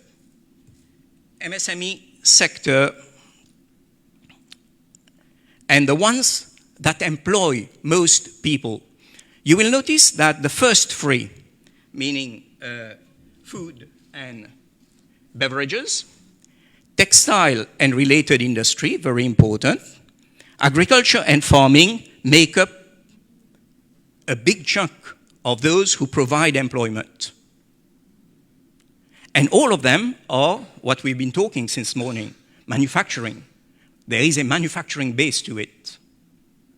Therefore, they are very important. They are the ones that we have to support. And the lower part, we have tourism and related activities and other services. They make up approximately 29% of all our SMEs. They are moving to 30, might be 31 now. Okay? So, these are the SMEs that employ the most people. What does it tell us? That those SMEs they are mostly from manufacturing. The manufacturing sector has lots of SMEs, and those lots of SMEs employ lots of people. And they are important for our economy. Therefore, whatever we have been talking since morning is very relevant to the future of those SMEs, and they have to be taken on board.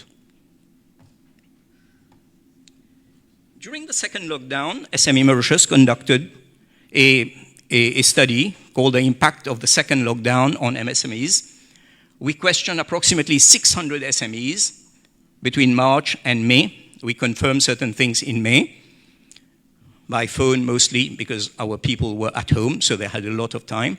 And we were questioning our customer base. We know them, we work with them. So not difficult at all to establish contact and talk. I just wanted to share this with you so that you see the element of resilience and what can SMEs bring to the table of bigger ones if ever we think that integration is key to the success of the Mauritian economy with regards to manufacturing. 97% of those we questioned said that we do not intend to lay off any employee. Incredible, in the midst of confinement, in the midst of suffering. Finally, 89, we confirmed, 89% did not lay off any employee.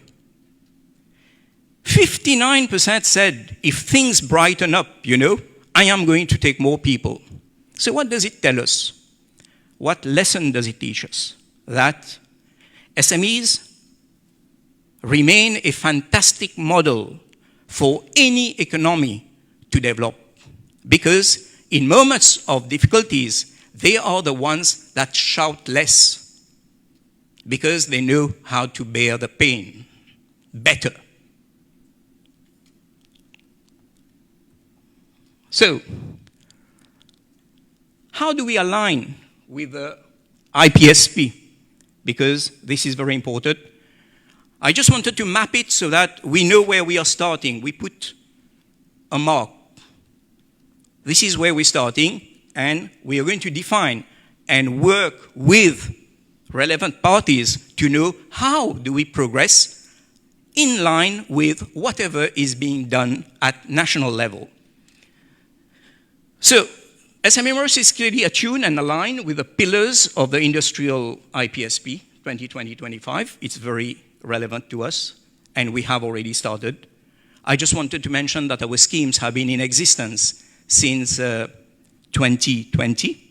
It is the first time that it was published was in January 2020. Thankfully, or unfortunately, COVID came very soon, and our schemes were adopted by government, by authorities, to be presented as measures for, in response to COVID. So, very relevant there. We have our schemes, as you have noticed, they aim at strengthening the industrial foundation, upgrading the value chain of SMEs, we have seen it is very relevant, supporting local production, that's what they do, fostering adoption of technology, and creating green and sustainable value chains. So on all the 5 pillars, our schemes are relevant, and we are aligned to your IPSP. Thank you. So, and we see it in our motto that will start appearing on our website. With us, you start, you grow, and you go eco. Okay? So it will appear on our website. This brings me to the end of my presentation, and I hope you now understand what SME Mauritius does, how our schemes, what our schemes are to start with, what do they do, what do they aim, and how we align with whatever is being done at national level. I could have continued for much more time, but unfortunately, we are a bit late on our schedule, so I'm being requested to... Thank you so much. Thank you, Dr. Rishi. Well, definitely time is of essence now. I'll be very short. First of all, I've already censored a few slides, not because they are not viewable, because of time constraint. This is number one. Secondly, I could have given my slides, one or two slides which I have, either to Girish or to Ravin. So this could have spared me to speak. But anyway, I'll go briefly. First of all, when the discussion was there for the IPSP, we are party to it, and three things that captured our mind. First of all, how to drive the industrial upgrading and modernization scheme to reach the Industry 4 generation. This is number one, a key aspect. The second thing is how to incentivize and support capital investment, which is also an integrated part of bringing value addition and global value change to the industry. And thirdly, how to prepare to leverage on the market opportunities. With this, if we have all the trade agreements, we have a fantastic market development program, but we don't have the industry turning modern, becoming innovative. If we are still with industry, 20 years old machine, with a time lag in terms of wear and tear and so on, how can the industry progress? This is a very important aspect which IFCM will talk about. Dr. Yusuf has said that IFCM will be a game changer. This is where we can become the game changer. The second thing that is important, even if we modernize, we go on marketing trips, we bring orders, but then when we go to banks, Girish has spoken about it, we don't have finance. How can we take the orders? That's why the game changer is IFCM. So I'll skip a few slides. I won't go on these details, but I'll go strictly on what we are doing today and how we can support the industry. Number one, there are schemes that we've taken over from the Investment Support Program, ISP. These schemes, which we call LEMS, which is very popular on the market, the SME factoring scheme, which is already very popular. The schemes with commercial banks, which are there. These schemes exist. They are supposed to terminate on the 30th of June, that is at the end of this financial budget. Whether it's renewed or not, we don't know. But then we had, during a strategic meeting at level of ISP at that time, identified the gap, what the industry needs, and then we came up with our own schemes. We went to the FSC. We are today a licensed authority with FSC to provide direct support to the industry. And why this direct support can help the industry, I'll come to that.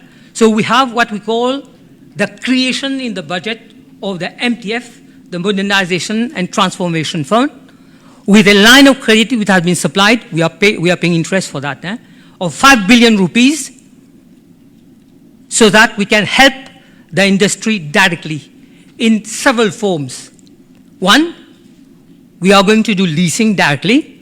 When we do leasing directly, what happens? The transaction cost, which we are lending money to leasing companies, won't be there. So the industry will benefit with a cheaper and softer terms of conditions. Second thing, the same thing with the MTS factoring. We are enlarging the scope of the MTS factoring. I'll give a bit more details to that. And also at a rate which is much more preferential to the customer. We have introduced a credit guarantee scheme. That credit guarantee scheme is we are going to support the industry which have orders, which are viable, which can sustain, but then unfortunately, when they go to banks, the banks say, you are not eligible to get it because you don't have enough collateral to give us. So we support these enterprises by giving them what we call a guarantee to commercial banks. We are coming up with a credit finance scheme. Dr. Yusuf has spoken about supply chain financing. This is what we are going to do, is the credit financing. Girish has said that we have other measures, equity financing, that also is a part. You remember one thing, today the industry is highly geared. At a point of time when things were good, banks were willing to give loans to enterprises. Today, these companies have become very highly geared, and because of the high gearing, they are blocked in terms of getting finance. We can leverage these companies by participating in their equity, so they have more space left so that the banks can give them some more finance. Besides, we have also introduced a new scheme with the Ministry of Finance. There might be cases where even IFCM cannot give, but they are, as has pointed out, sunrise companies. The sunrise companies, they may not be getting financing from several institutions, so we're here to support them through what we call the RWG scheme. The RWG scheme is managed by the Ministry of Finance under the National Resilience Fund, and this is a scheme where if the doors are closed, but the company needs some oxygen, we can also give that. Let's talk about a bit of the current market situation on the local financial scene. There are many banks, definitely. There are leaders on the market, but then even they have lots of financial support schemes. They still have barriers. And how can we come to help these companies to overcome these barriers? So I'll go this. I say I'm censoring, so I'm censoring this one also.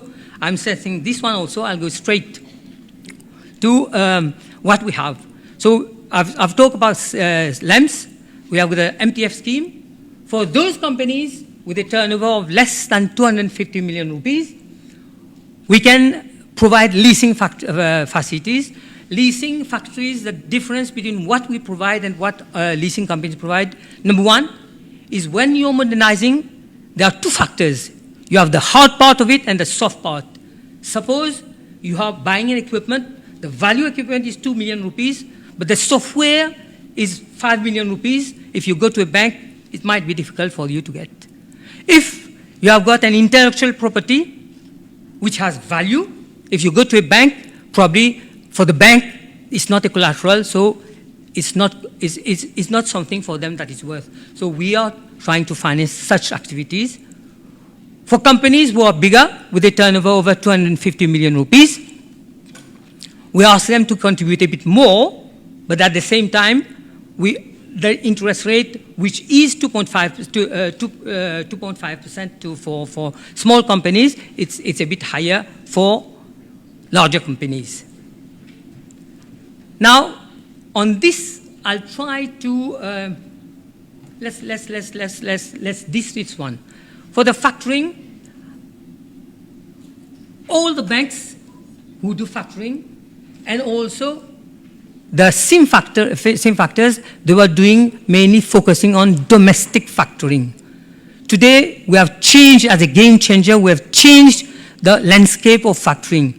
We have already started what we call domestic factoring. We have started export factoring. What is export factoring?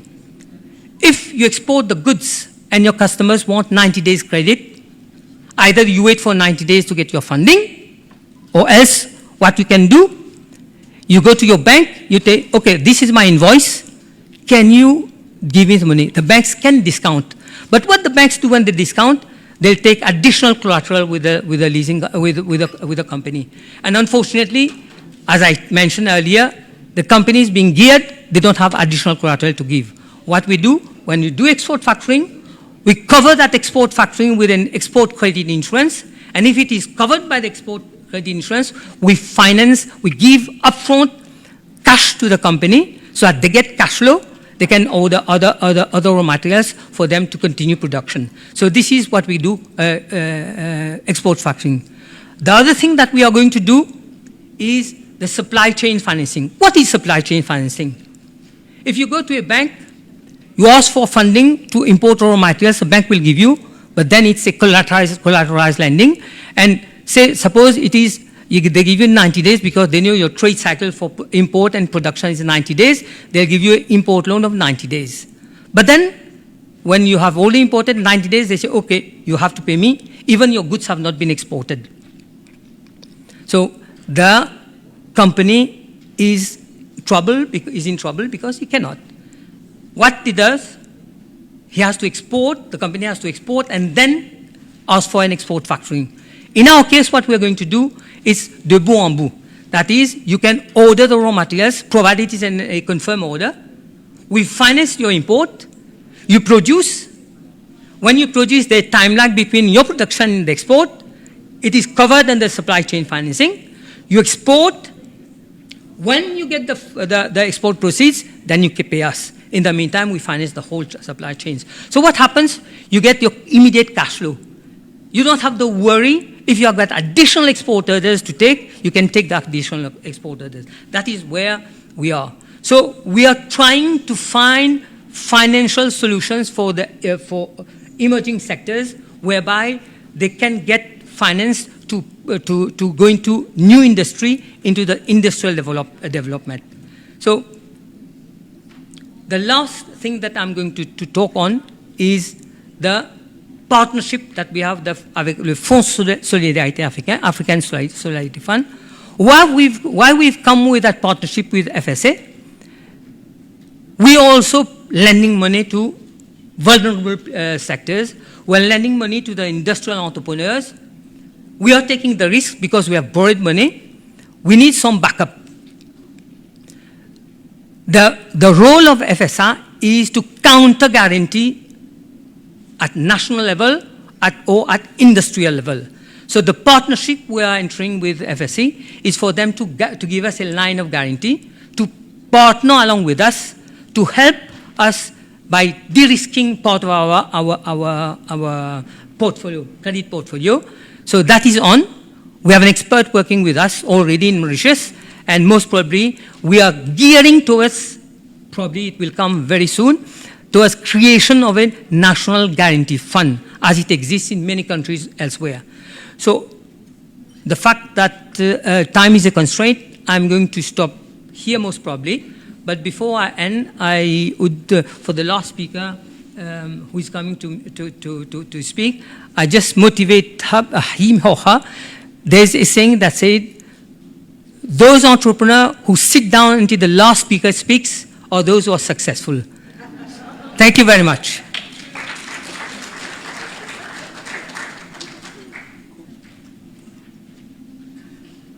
Thank you, Mr. Bidesi.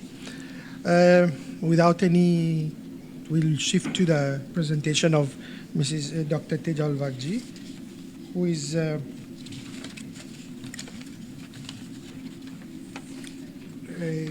Senior Research Development Officer. Okay, good afternoon, everyone. Can you hear me?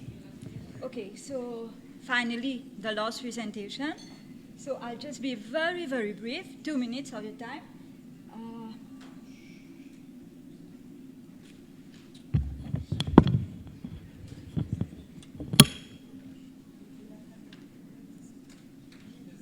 So I'm Tejal from the Research Division of the HRDC, Human Resource Development Council. And for, just one sec. Okay, so the HRDC, Human Resource Development Council, for those of you who don't know, we are under the aegis of the Ministry of Labor. And, you know, in fact, our main mandate is to create synergies between industry and academia.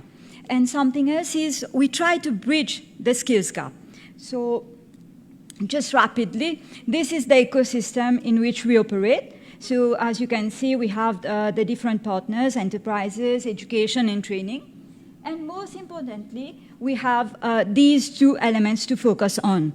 So our schemes, our skill development schemes, try to focus on unemployed youth and individuals and existing employees.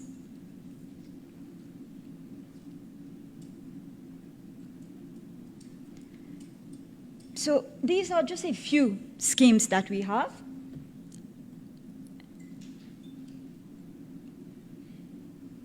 Most common one, the Levy Grant Scheme that you already know. And you'll see that 45 million was invested for the upgrade of skill in the particular manufacturing sector and training about 5,700 people in this sector. Now, you'll agree with me that unemployment, youth unemployment in general, has a lot of challenges associated with it, has a lot of issues associated with it. The first one, they come from a sort of vulnerable portion of the society. They tend to fall out of the education system. Secondly, on the other hand, you'll see that there's a lot of demand for medium or low-level technical skills in the sector in general and in other sectors also. And you see that not only in manufacturing, but in other sectors also, enterprises are not willing to invest too much money on people. Why? Because of the high cost of training, and mostly because of poaching. People tend to leave just after. So that's why we had to come with different schemes, different skill development schemes to help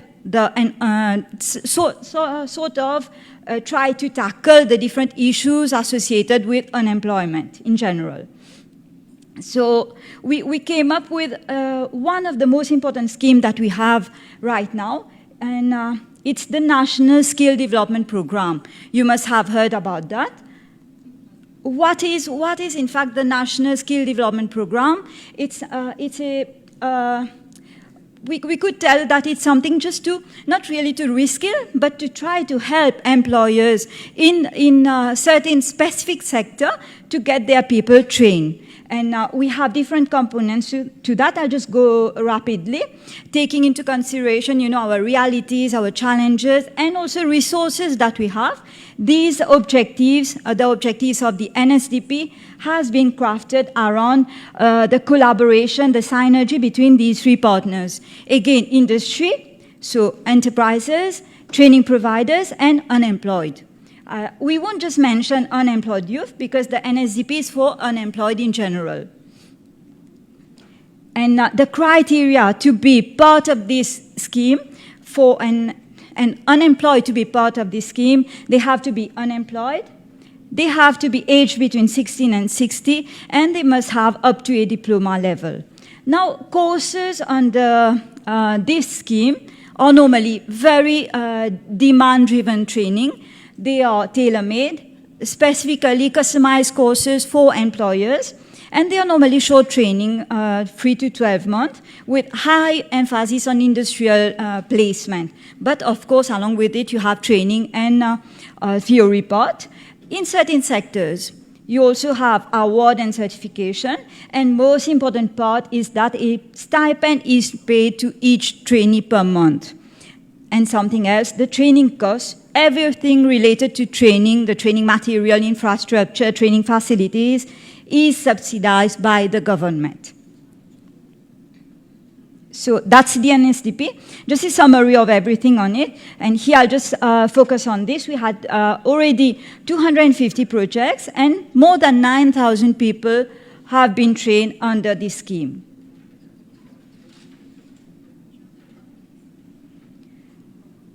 Okay, so now just to go rapidly, we have other scheme, the Graduate Training for Employment Scheme.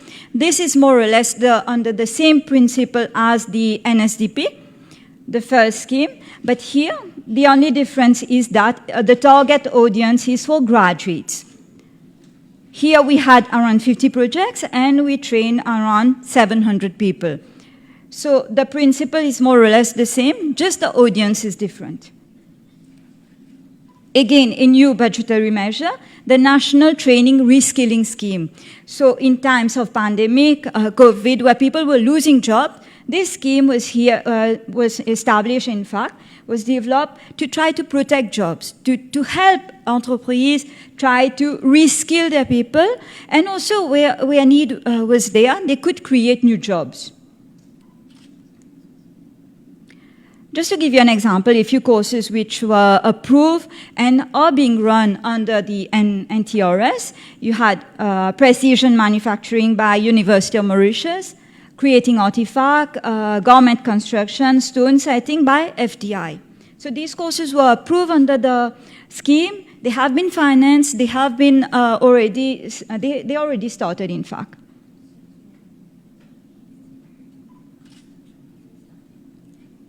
Okay, so just now I spoke about a few schemes which the focus, in fact, the audience were unemployed, whether it's youth or individuals. And now we have two more schemes, and the focus is mostly on existing employees. But here, the only difference is that we work with industry association. So for example, here, we work with AMM, we work with Business Mauritius, we work with Msmes, and other associations in different sectors. So this is specifically for the manufacturing sector, where I mentioned AMM, Business Mauritius, and Msmes.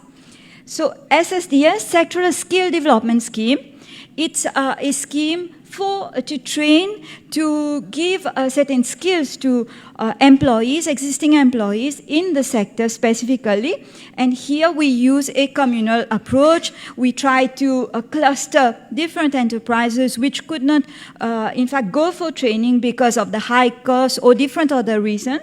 So here we adopt a clustering approach.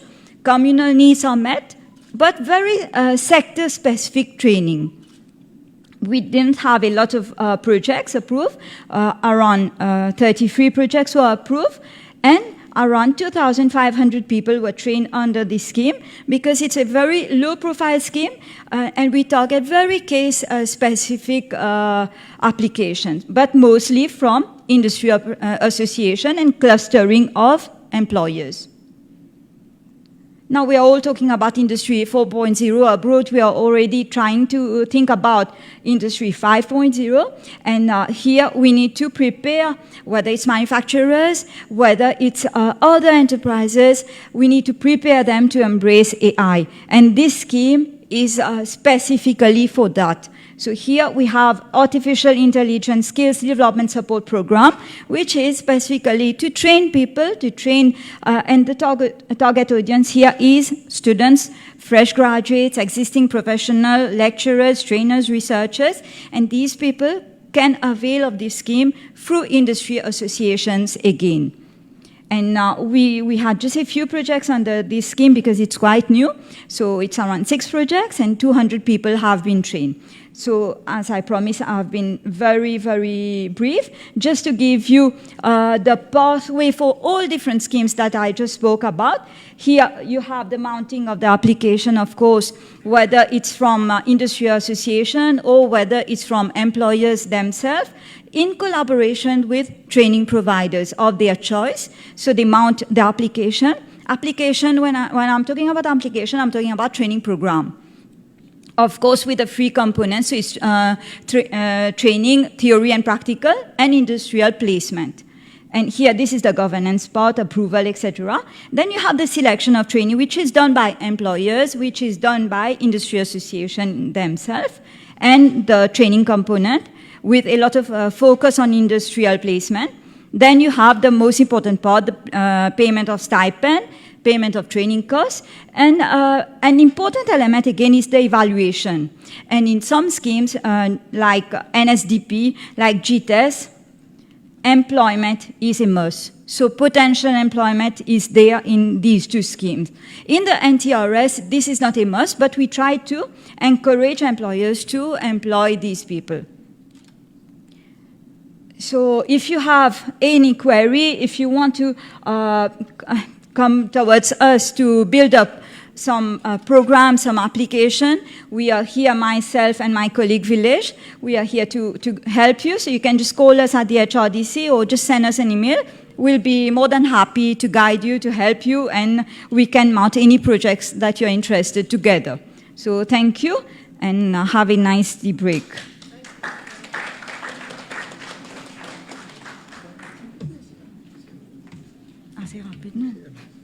Thank you, Tejal. Ladies and gentlemen, this has been a very long marathon. It has been very informative because there has been a lot of requests from institutions to share the information, the schemes they have. That's why it has been long. We have two items before us. There's a short coffee break, and then we have the brainstorming. But then, before breaking up, we have 5 minutes question time. There's some. I think there are some questions in the audience. Okay, you can go ahead with the question. Anybody with a question? Mike, please.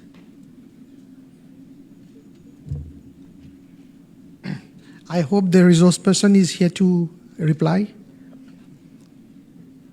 5 minutes. Briefly, brief question, brief answers. Thank you, Mr. Doman, and thank you to all the panelists for the brilliant presentations. I just have a question from Unica. It seems to me that there's a lot going on. There are many institutions, many actors on the scene, and a plethora of schemes. And at my end, I am wondering who is coordinating all this? So how are we making sure that the different schemes are addressing different gaps? How is this being coordinated? How are we ensuring that the schemes are achieving a common objective? And also, I wanted to know what mechanisms are in place to make sure that the entrepreneurs get a chance to evaluate the scheme, to give the feedback about the schemes, and what are the monitoring and evaluation mechanisms in place to ensure that the objectives are being met. So this is a question that any panelist can answer. And I can see that Girish is ready to answer, so he can answer it if he wants. Otherwise, I can reply this question for the ministry. I mentioned in the morning that to implement the IPSP, we have eight subcommittees. It includes all the stakeholders which are there with our concern with manufacturing. So in these committees, they share whatever schemes are there.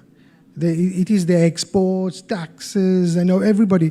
I have listed the names there in the two tables where you will see the stakeholders are there. And whatever recommendations they make, they consult each other in the committees, and then they will come up with something. They won't duplicate. That's the main thing with the IPSP. They say there should be a real coordination. The synergy and coordination should be there, not to duplicate, as you say. That's why when we organize our skills workshop, we were in close contact with, for example, HRDC and then AMM also to see whatever it is there. Girish? Yes, on top to what Rishi has been stating, for schemes that are managed by ADB, know that the scheme also is online. The application have to be done online, okay? So we have already monitoring for our purpose because our budget is not unlimited, is limited and supplied by MoFed with regards to the budget made to our disposal, how it is being utilized. From our part, we have an analysis that we done on every quarter with regard to how much money is being disbursed and to who is being achieved.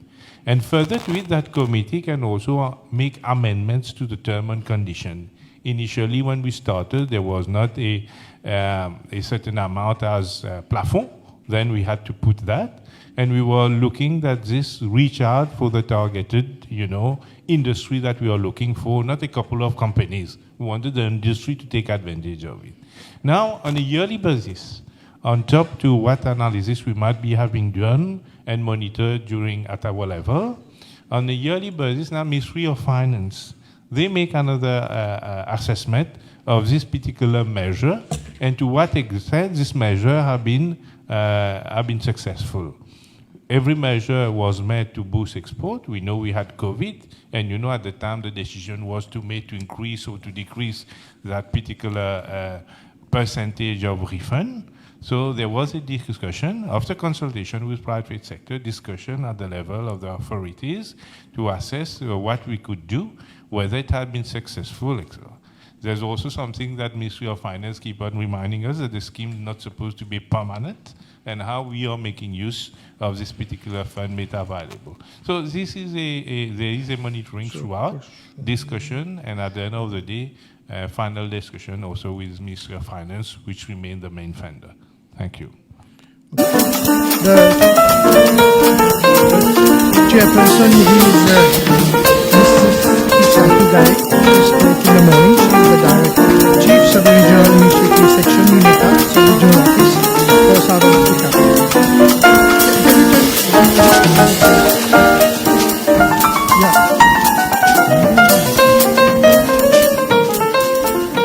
Over to you now, Ms. Isatu. I leave you up to the end of the session, and then I'll conclude for some minutes after this session. Over now to you. Thank you. Hello. Thank you. Thank you very much, Mr. Moderator. I think my job here is quite easy. I have an impressive lineup of panelists to brainstorm on the future of the manufacturing sector in Mauritius.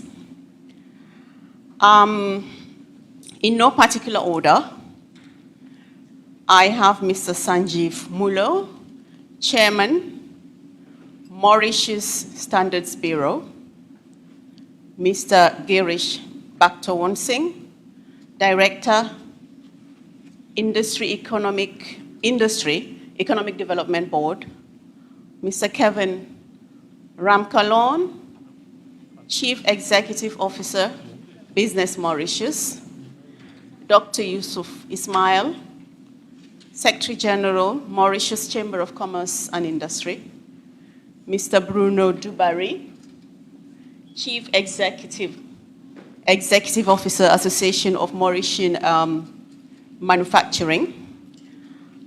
We have heard from 3 of the speakers earlier today on various subjects in the various fields related to the work that they're doing.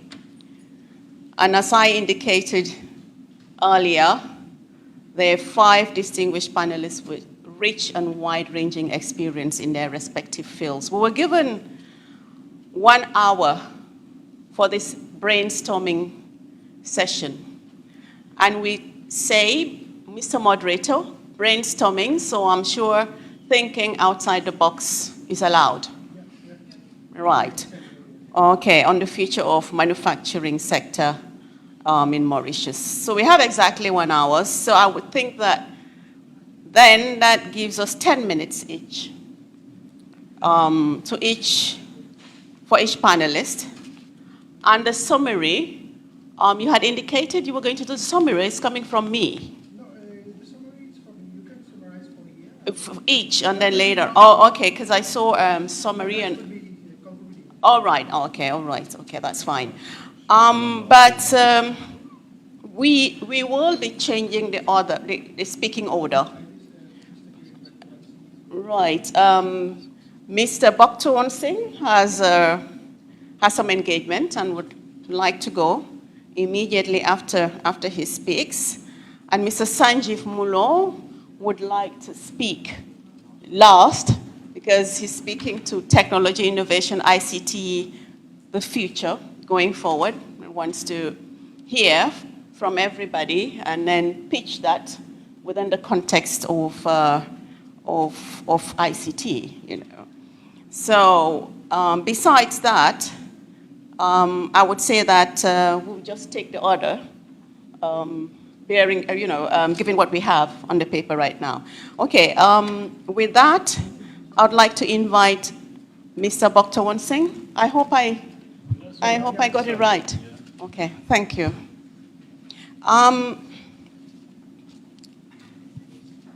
Mr. Bhaktawonsing, noting the significance of the manufacturing sector for economic growth, diversification, value chains development, and employment, how do you see the future of the sector in Mauritius. Thank you. And with that in mind, I just want to give you an overview of both questions. We have 2 questions each per panelist. So with that in mind, given your perspectives, what do you consider to be the major pathways towards enhancing the development of the sector? Thank you. Thank you, Chairperson. In fact, when we are talking about the future of manufacturing, it's not developing in isolation. It's developing in a, it's a market that dictates also the production. It's developing at a time where you have, regional bloc gaining more and more momentum. We are talking at a time when African Union has themselves set forward the agenda of industrialization of Africa. We are talking at a time of the future of industrialization, at a time when the factory of the world, is facing geopolitical war when it comes to China. And we are coming at a time when you have the emergence of smart cities, middle class in Africa, The model that Mauritius has been operating up to now has been a model that till yesterday was a model based on relatively cheap labor, preferential access, etc. And there has been, from that, a series of integration, how we are going to position ourselves to be competitive. So what's going to be in the new industry, in a new ecosystem that's being built, is going to be more technological savvy. Because even in Mauritius, we don't have labor. And that model of manufacturing cheap and then sell to Europe seems to be mobiles now coming at its last stage. So Mauritius will go more using technology to manufacture more complex products. We have at the start been cultivating the easiest crop, sugarcane, or manufacturing the easiest production, which is garment, as compared to complex manufacturing. Now, in this perspective, we have seen already expertise coming from Asia, from Europe. You can imagine now we don't have gold, but we are speaking about refining gold 99.9%. We are talking in Mauritius in a perspective of a small island development state, sustainability being central. We are already a number of companies engaged in electric vehicles already in discussion in Mauritius. But the factory itself will take another dimension with automations. We are going to talk about 3D technology. We are going to talk about more soft robotics. We are talking about manufacturing better products at lower cost by making use of technology. And in the same go, attracting, our youngsters who are formed at the university or formed at technical schools to be the person who will be called to serve the particular factory in a new job that take another dimension, Not associated like sweating and working, but rather smart work. This is very important. This is the way I see, I don't know if I call the industry 2.0, but it will be working along the path 3.0 and growing ahead up to 4.0. Now, coming to your second part of your questions, when you are talking about, can you remind me please, the second part? Yeah. I think you might have answered that, but it's okay. It's how you see the future, and then the pathways, the direction of travel. Yeah, exactly. Coming from the pathways, that's why we have studied with UNECA with regard to regional inclusive supply chain for manufacturing. UNECA is partnering with us. We have been able to secure funds from them, and they are supporting us in that study. Even at the level of the national government, there has been a study about regional chain for textile. So all this will be implemented, and we are going to look for more products, not only complex, but products where we are competitive. We'll never abandon textile apparel. We'll still have a textile apparel industry that goes more on the higher side with regards to more sustainable manufacturing, or even seamless, where there's less cut and shoe. Seamless manufacturing. And with all products, where, those engaged in massive, cheap labor production will have difficulty to do. So this sort of products that we'll be doing, the latest, despite what's happening over the world with regards to manufacturing, we have been able to attract, at the moment in Mauritius, companies came from outside South Africa that will be engaged in manufacturing of more crafty golf garments. They are already nearly about to start operations. There are companies that came to us with more high-end socks, okay, that came to us. So it's going to take this line in all subsectors, but also in a number of sectors where the necessary expertise, intelligence, technicals are being required. I always say we'll be pushing. We have a big industry of car in South Africa. And what about certain parts that can be done in Mauritius? Okay, we have been discussing that with some people, and we have been discussing also as a small island development state, the question of recycling. Okay, the question of being to use maximum of all products that we are having. We have an example in the industry where they use approximately everything in the sugarcane factory. Okay, they don't let anything go astray like that.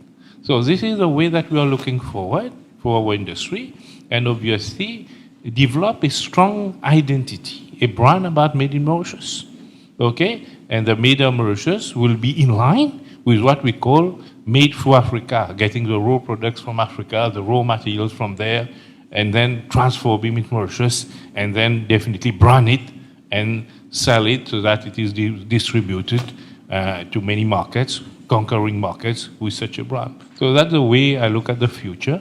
That's the way I find the industry will be evolving, because at the end of the day, the Mauritian operators, okay, never say die. Okay, we'll keep on with our industry. Thank you. Thank you. With your Thank you. permission, Thank Chair, you. if I will take leave. Yes, yes. Thank you very much.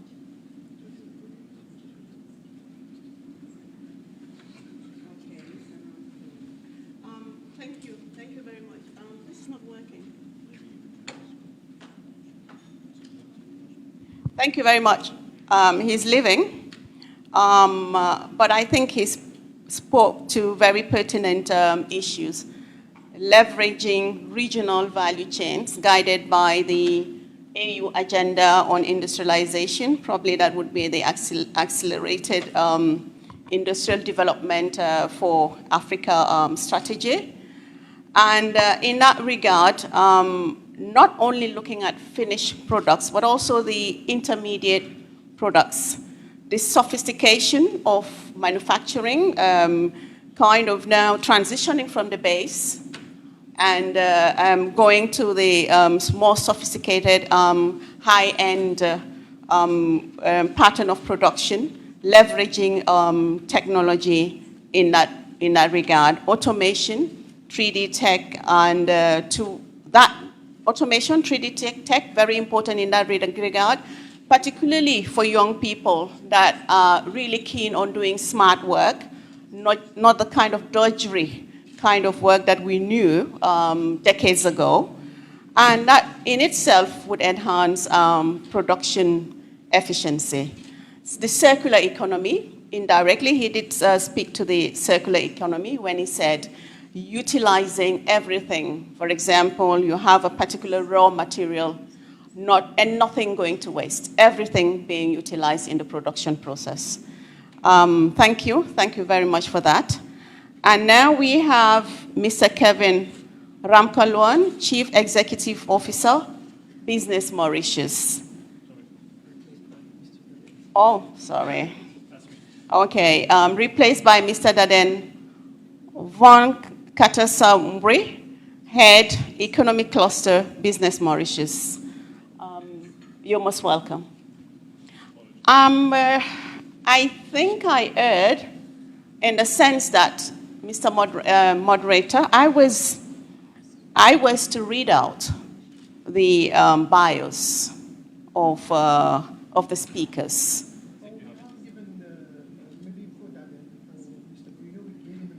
Mm-hmm. Right, so that's fine. Are we fine? Are we okay? Okay, so please introduce yourself, because I found it to be, it's rather long, and we only have about 1 hour. Right, okay, thank you. Yes, I'm Dalian Venkadasamy. I'm from Business Mauritius. I head the economy cluster. Most of my career in the private sector, except for 2 years where I was based in Paris for the Economic Development Board, what was the BOI now. So a mixed profile on that side. So we look at a number of areas at Business Mauritius. We are the Apex private sector organization. So basically we look at all sectors and we look at cross-sectoral issues.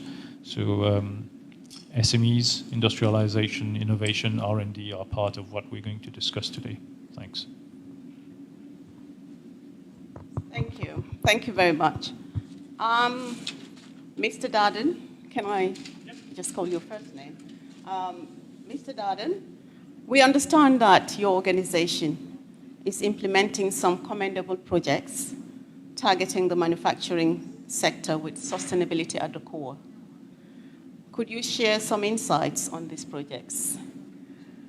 And in light of the experiences gained and lessons learned, what recommendations would you offer on the future of manufacturing in Mauritius? Thank you, Madam. Just to be brief, I guess I won't be making a long presentation. Thanks for the opportunity to share this information. Well, in 2020, basically, we launched a pact between business, people, and nature called Signature, which basically looks at sustainable development and inclusive development by businesses. So focusing on 5 key areas. So instead of talking about SDGs and 232 indicators, we tried to look at what would be pertinent for Mauritius, for industry, for private operators, and we grouped them under 5 headings that would speak the business language on these sustainable development issues. So 5 pillars: energy transition, circular economy, biodiversity, vibrant communities, and inclusive development.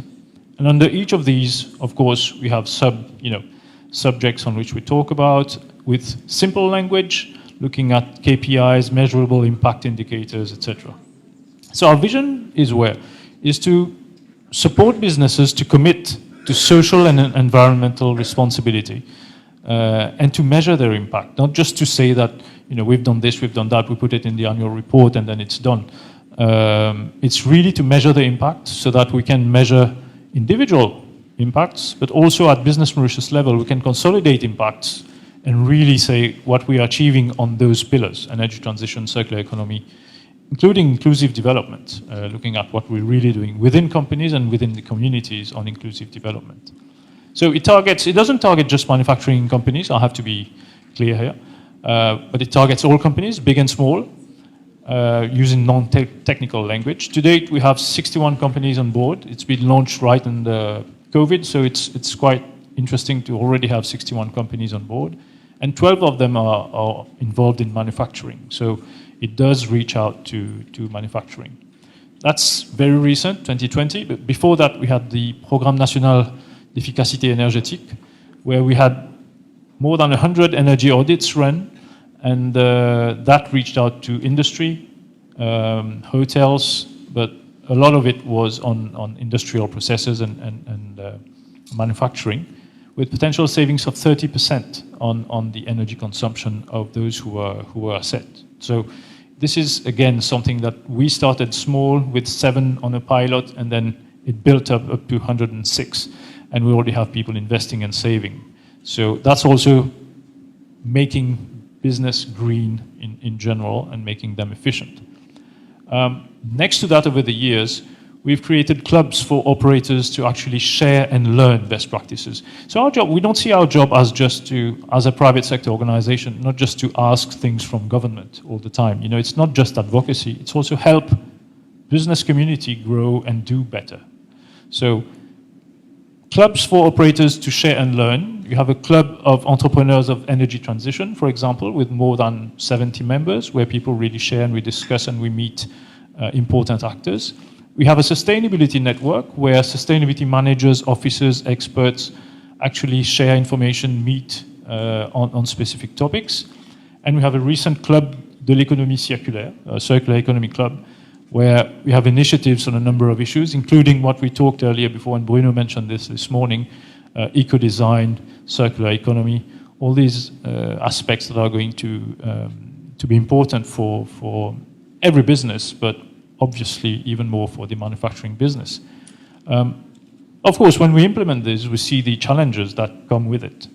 So the challenges for manufacturing, obviously, that's been discussed all the way today, competing with the rest of the world. I mean, we're a small country, not much economies of scale, and we're competing with the rest of the world. The economy is very open.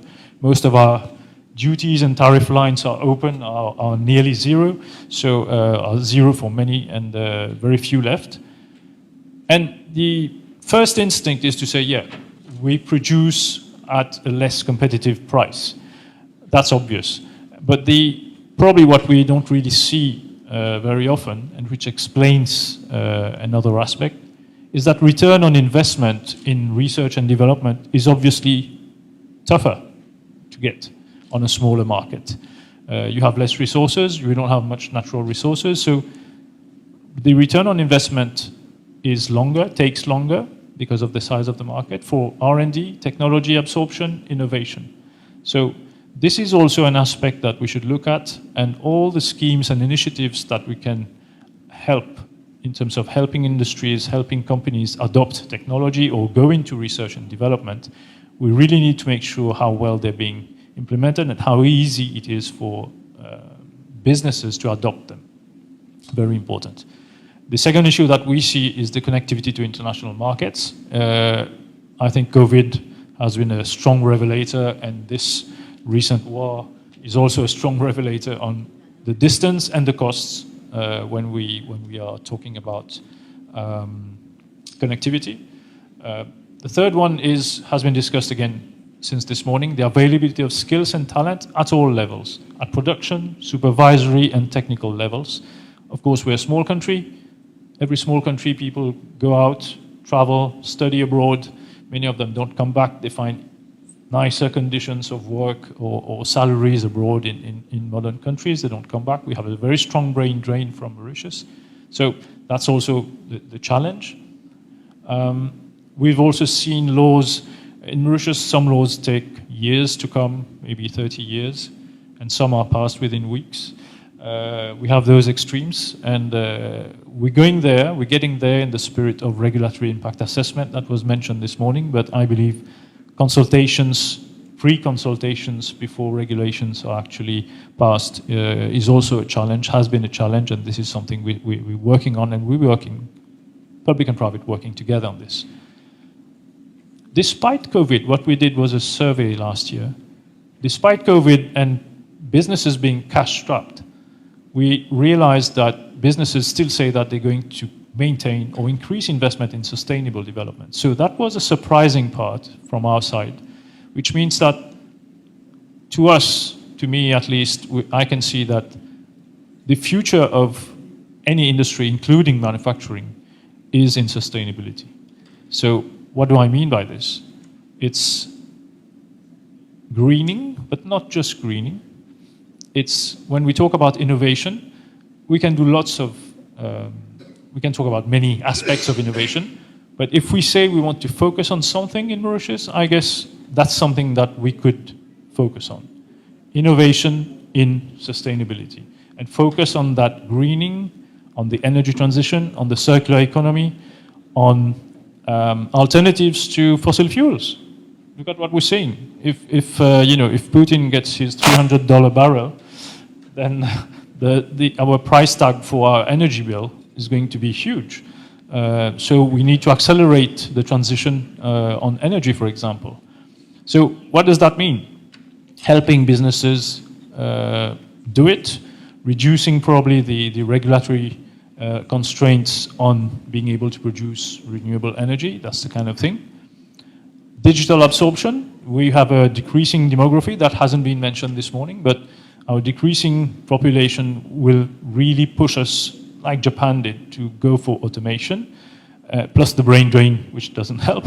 So we really need to go for automation to make sure that we can still maintain the level of the economy. And we have industrial parks that served us well in the 80s. But if we look at them today, and if I bring an investor today and visit our industrial parks, I guess it's not going to be that interesting to look at. It's four walls that was interesting for the early textile industries.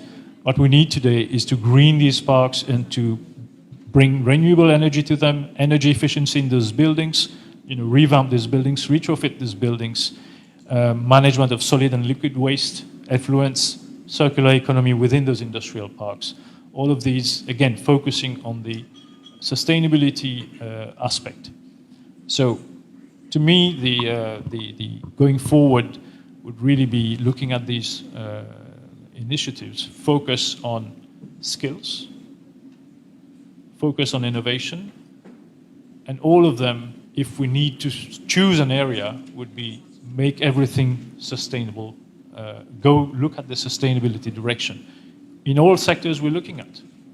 So if we're going for textiles, if we're going for manufacturing, what is the green side of the product? What is the green product that's going to trend? If we want to do bunkering petroleum products, okay, why not go for hydrogen instead? Hydrogen is going to be the next fuel for ships. So why don't we do bunkering for hydrogen instead of just looking at bunkering in general? So look at the green aspect and focus on that and become the regional green player, basically. That's really looking at the future and trying to focus on where we could focus on. I'll stop here for now. Thank you. Thank you. Very interesting perspectives. Implementing the SDGs in practical terms in the manufacturing sector in Mauritius, targeting key sectors that are germane to the development or revamping of the manufacturing sector. Sustainability is key. Sustainability is key. Win-win-win for economy, for society, and for environment. So that's really what I hear. And leveraging technology and innovation, Industry 4.0, in doing so, and making Mauritius, shall we say, the green industrial hub in the region? That would be another hub. Thank you. Thank you so much. Thank you. Thank you for those very, very interesting perspectives. So we hear that should be part and parcel of our strategy going forward in terms of making the manufacturing sector in Mauritius competitive again. Now we have Dr. Ismail Yusuf Ismail, Secretary General, Mauritius Chamber of Commerce and Industry. Okay? As the SG of MCCI, with the goal of furthering the interest of your business network, could you elaborate on the challenges currently faced by the manufacturing sector? We had asked these questions before, but we want to hear it from the MCCI perspective. And in view of these challenges, what, in your view, should constitute the main policies, measures, and proposals of government? He's listening to you, to ensure transformational change in the manufacturing landscape. Dr. Ismail. Thank you, Chair. I will start by saying two things. What we've discussed today is important, but there's an important fundamental point we need to address. And that point is not aptitude, but attitude. When you go to school, I've lectured in many universities in Mauritius and abroad, you ask the youth, what do you want to do when you finish? In Mauritius, I want to get a job. In most countries, I want to be an entrepreneur. I go on Saturday to the market. Everyone stops me and asks me, can you find a job for my son or for my daughter? That is common. I go to a wedding, the same thing, can you find a job for my son and daughter? And ask them, but can't they do something for themselves? They say, no, they want to get a job. Fundamental point is, as a nation, we are not an entrepreneur nation. That is the question we should be asking. I can see a friend of mine who did mechatronics. She should be running today an industry for herself. Agree. The problem we have is as a nation, we have a mindset of not taking risk. And that is an issue that we face. No matter how much government will come and support, entrepreneurship comes in this country not by choice, but by force. You tried everything else, nothing works, like we sing Creole Bat Bate, and then you start doing something because you're forced to become an entrepreneur. It's never entrepreneurship by choice. That has to change if you want to have an industrial nation. You know, wearing a white shirt and a black suit going to work is interesting. I can see a group of youngsters here should be running their own business. It's something that we need to address. No matter how much curriculum you want to force on somebody, if the attitude of entrepreneurship is not here, then we will fail. No matter how much government support, money, financing, technology will be dumped on us, we will not succeed until we address the fundamental issue of a nation who wants to be in the comfort zone and who wants to be entrepreneur by force and do not want to take risks. Secondly, when you want to introspect companies, which we discuss on a lot of the time, they start a business, and for some reason, you ask them, can you invest in research? They say it costs money. Because like my grandma will say, her curry is the best, but no one else really like her curry, but they will say they like it, to please her. That is what we do. We think our product is the best, but we don't do any research outside to know what is the product which is required by the consumers. Because my generation has done it this way, and we are not here to change that attitude. So first of all, investment in research or market research is not a cost. It gives you that advantage. Going and listening to people is important. I think one of the mistakes that companies make, they don't listen to anyone, except they listen to themselves. I think it's important to break that barrier of understanding what goes on. I'll give you, we talk about challenges. I think what we've said, the challenge has been said. But there's a fundamental question of understanding the risk and the culture of business in this country. The culture of business is father starts a business by force. When you get a job in government, he's refused jobs everywhere. He starts. His son's got enough money. The son send the son to university. Come back. The son become the CEO without much experience, and that's how it works. But you ask the same company, can you appoint a professional CEO to run your company? You sit in the board, or you sit just outside as a shareholder, let the professional run your company? The answer is no. So how can you run a company just yourself, deciding your own future? That culture needs to change for us to make that quantum leap in terms of industry. You will ask any company, can you open your capital to a foreigner? They say no, they will come and steal my business and steal my ideas, steal my business and go. That is the reaction you get. No. If you want to use the AfCFTA's agreement, you will have to open your capital to others for you to expand. Otherwise, you remain where you are. These are the issues that companies face as in terms of introspection. And no matter, and the other fundamental mistakes sometimes government make in this country is to assist too much the private sector industry. You want to pay, you want to take them do the marketing, you want to pay their hotel, you want to pay everything, and find a market, give them subsidies, everything that requires given by government. And you're somehow destroying the risk appetite of these entrepreneurs. These are things that needs to be addressed as a nation, as a group of people, as a society, of how risk we are.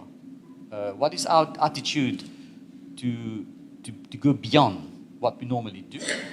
That is essential, I think, in terms of of addressing. Because no matter how, we can have another 50 workshops. If that is not addressed, we will not succeed. Going forward, yes, that synergy between public and private is important. But most importantly, what we need to do is to address some fundamental flaws in the system, in the way we do things. For example, today you ask somebody to go and go cross-border.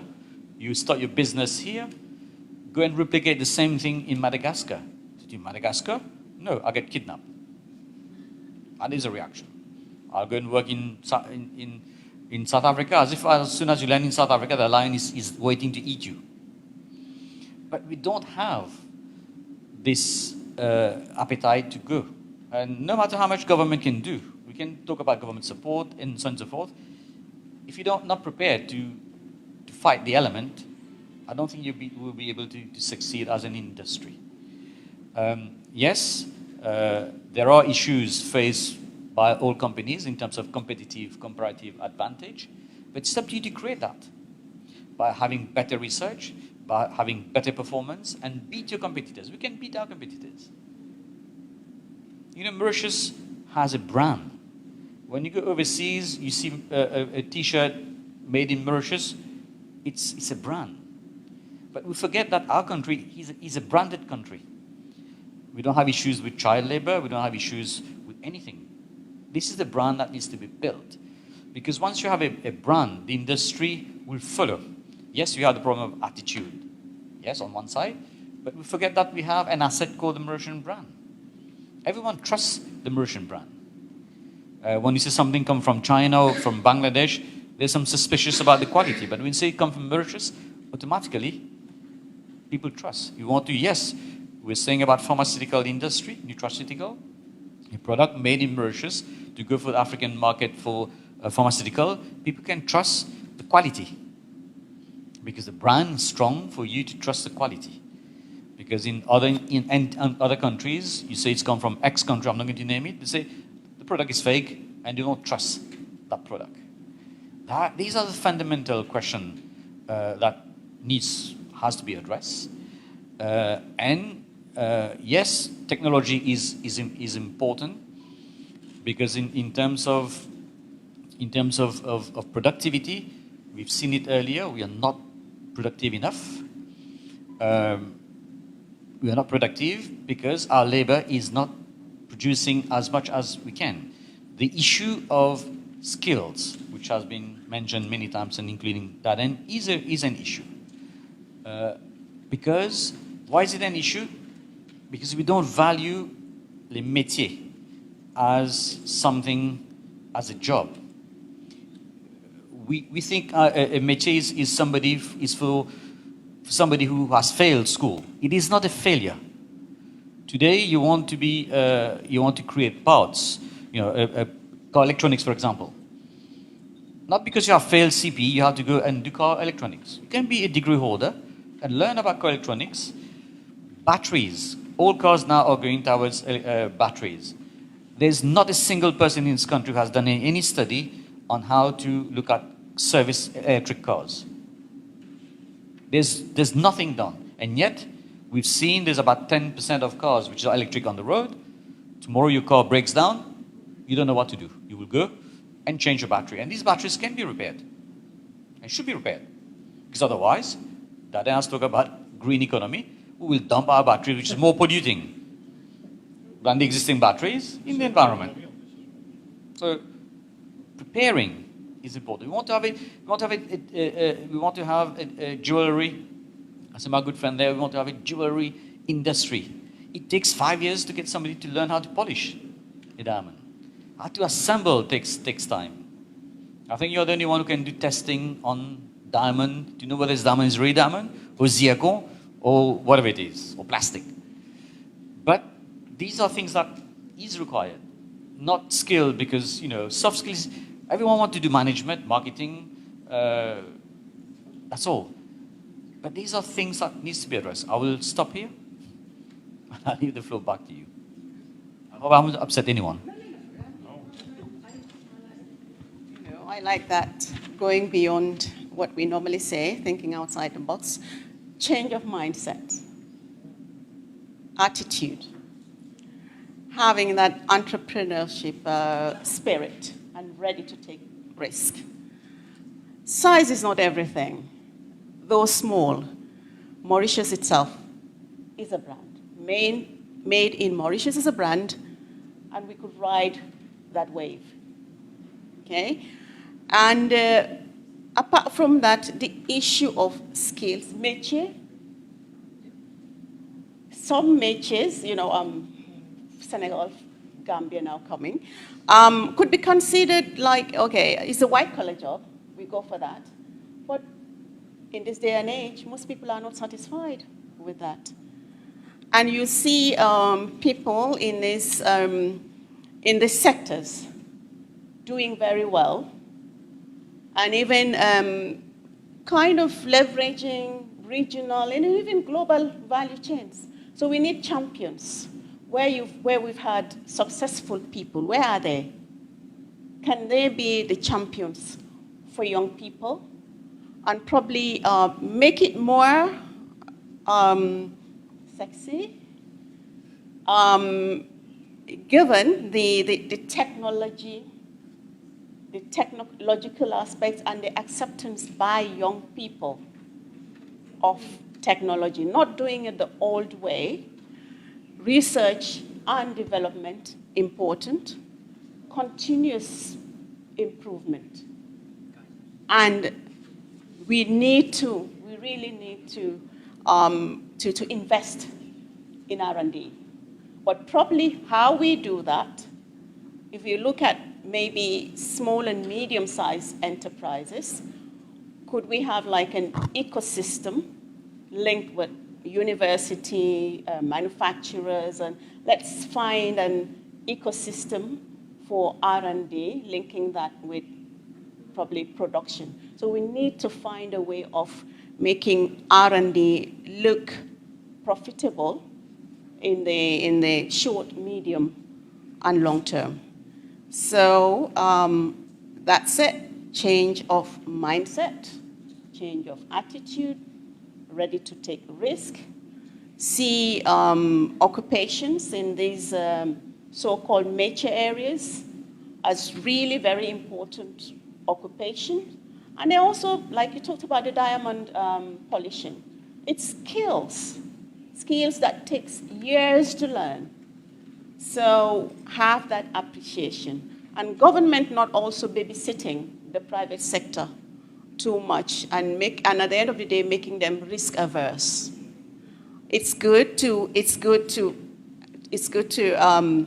help them with the enabling environment, to be facilitative in terms of seeing them grow and be competitive, but not to babysit them too much. Thank you. Thank you so much for that. Next, we have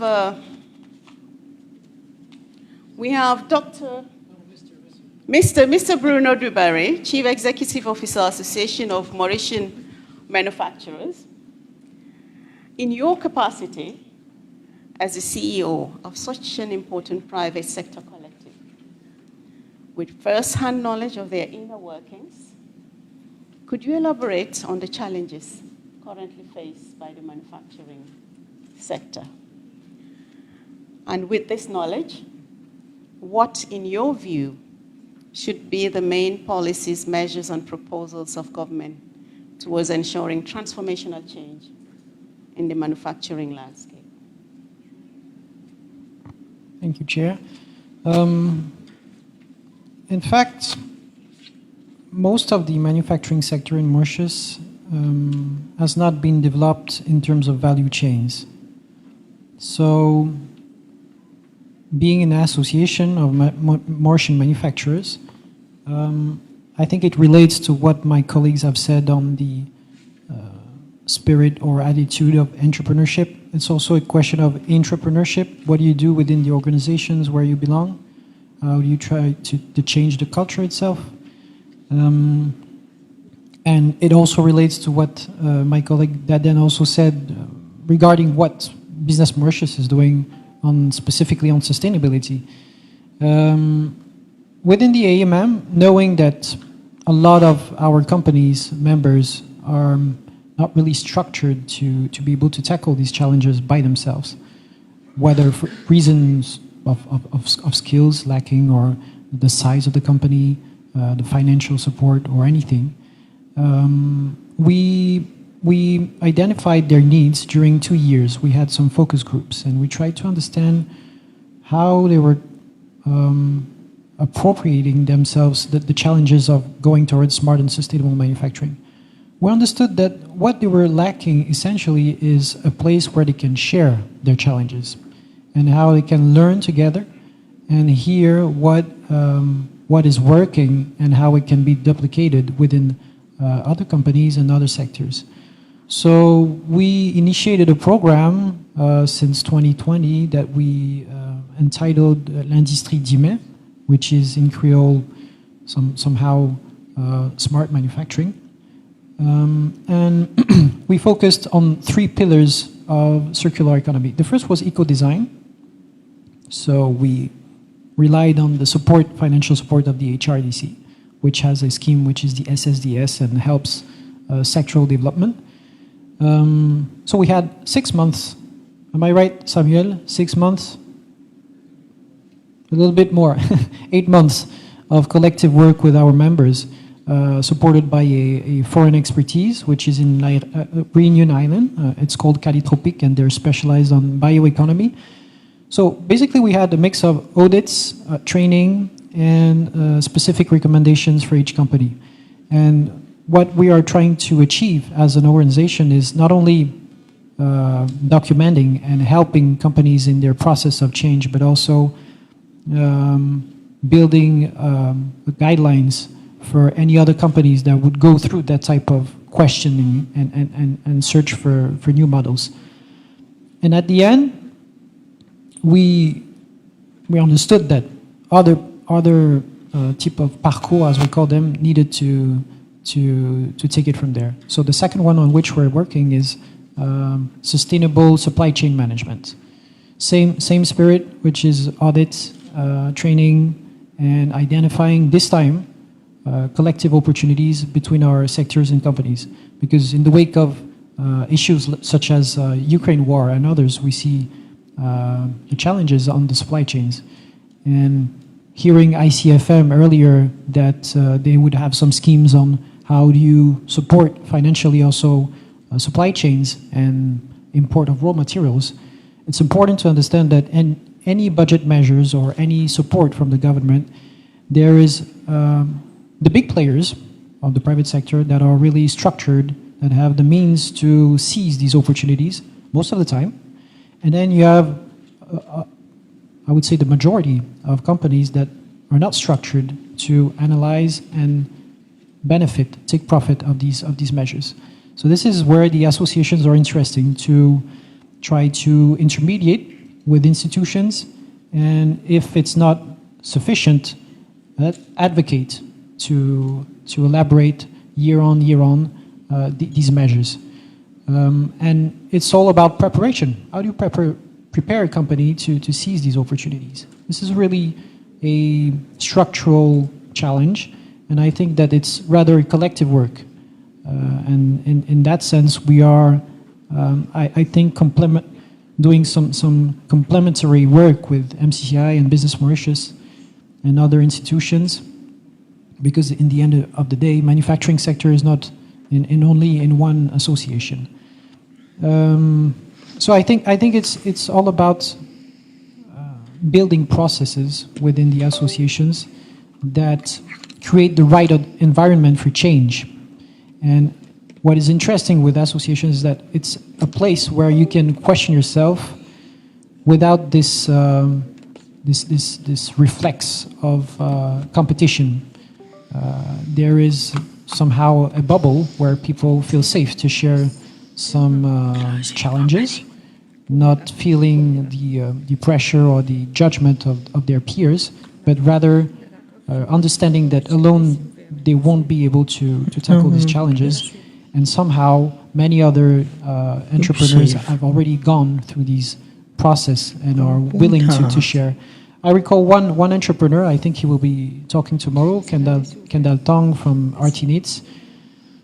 I think one thing that has made his success is that he is a really open person on how,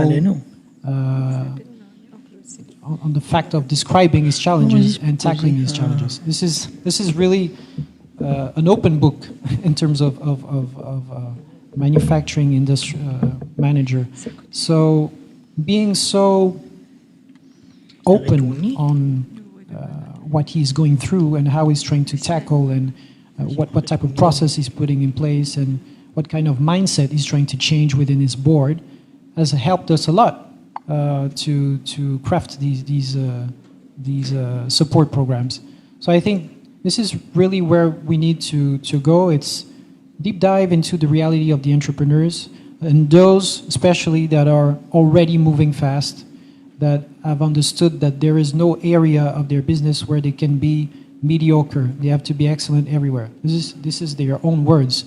And you understand that with this type of mindset, it's a never-ending work.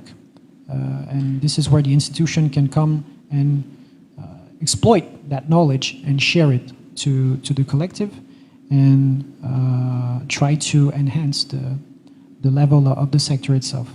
So in terms of measures, I think our organizations are already doing a great job. I mean, every year we come and we try to refine our measures, propositions, and I must recognize that each year there is some improvement, even in the public-private dialogue. We have this year the chance to have been working within economic commissions at the level of the Economic Development Board. There was a sectoral economic commission on which I was involved and where we had 8 technical working groups. One was on food security. And that level of exchange with representative of ministries of agro-industry and other sectors was really enlightening on trying to qualify the real challenges. Are they at the level of policy? Are they at the level of coordination? Or are they at the level of projects? And I think that's a type of tools that is really useful today to try to target year on the right path for smart manufacturing. So I could go on, but I think that it's good to maybe have some questions or some reactions on all that has been said. Thank you. Thank you. Thank you very much, Mr. Dubari. I think you spoke to the need to prepare companies to seize opportunities, particularly in regard to an example being value chains development, which they are not really into as yet. So thus the need to really adequately prepare them. And in doing so, encourage them to talk about their needs. You create an enabling environment where they could discuss what their needs are, what their challenges are, encourage a co-learning kind of ecosystem for them to learn together and then come up with collective solutions that could help, let's say, prepare guidelines for maybe other companies that may have similar issues in future. And in that regard, the need to manage the change process. Because change is really not easy. We all have this inertia. And we need some kind of facilitation to be able to get us to move.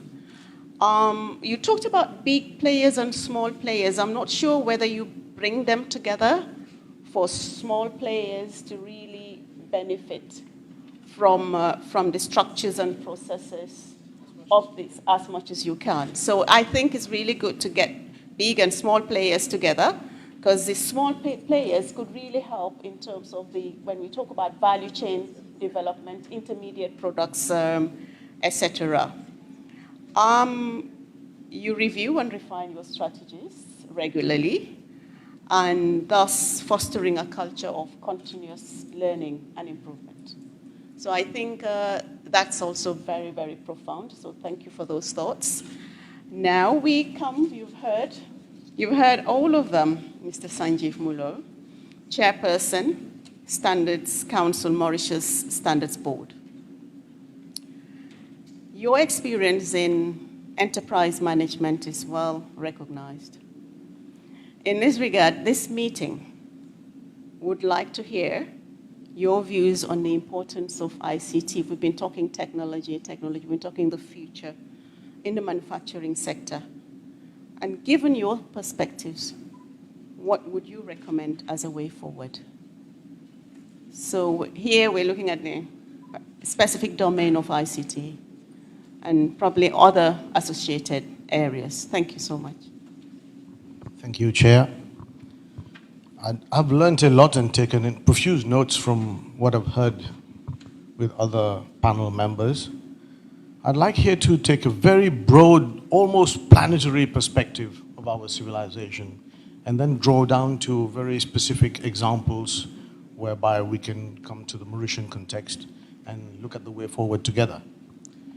Now, I just brought one slide, doesn't mean anything. In fact, it's just an illustration. We, over the ages, as human beings, we have tried to survive and thrive. That's all we do. When you talk of business, you're trying to survive and thrive. And this is where I join my friend, Dr. Yusuf, when he talks about the risk profile of our Mauritian lot, let's put it this way. Now, there's been, to be able to survive and thrive, we've had to go through major revolutions in history of our planet. 50,000 years ago, we were hunter-gatherers. But then we settled. We became agrarian. But the fact that you get into agriculture, you have to organize yourselves. You need to get a leader. You get a basic unit of society. You need to have services towards this environment. So the whole civilization changes. And this is important. But then, the next major revolution was we discovered oil. In fact, for those of you who maybe are not aware, we were killing whales in the past to be able to get fat and oil so that we could get light in the evenings. And that was being done in Europe and everywhere. And luckily, when we discovered oil in the mid-1800s, then we stopped using whales. So it's ironical. Petrol has helped whales. Fossil fuel has helped whales. Anyway, that was very important because with the advent of oil, you had the invention of the combustion engine, and then you had cars, you had the logistics changed, the way we did business, the way we would import, export, transport goods and materials and commerce, the whole thing changed. And I don't have to tell you, the next big thing is the digital revolution. And we all know this. And I've just used a parallel here. I don't know if you're aware of a company called Standard. Standard was by Rockefeller. Everybody must have heard of Rockefeller here. And Standard became such a big company that the government, because of antitrust law, had to break it into 73 small companies. At the time, Rockefeller they were broken down into 73 companies. He had to meet all his 73 managers, and they came to report to him. So just to tell you that now we have the modern Standard. We have Google. Google is the fastest growing company on the planet. And now, this is the big picture. This is the big trend in the whole world. I won't talk of the Apples, the Elon Musk, and all the big platforms that are heading business, and how the Fortune 500 have changed from the traditional oil and construction industry and banks and all the rest. All of them have become digital platforms.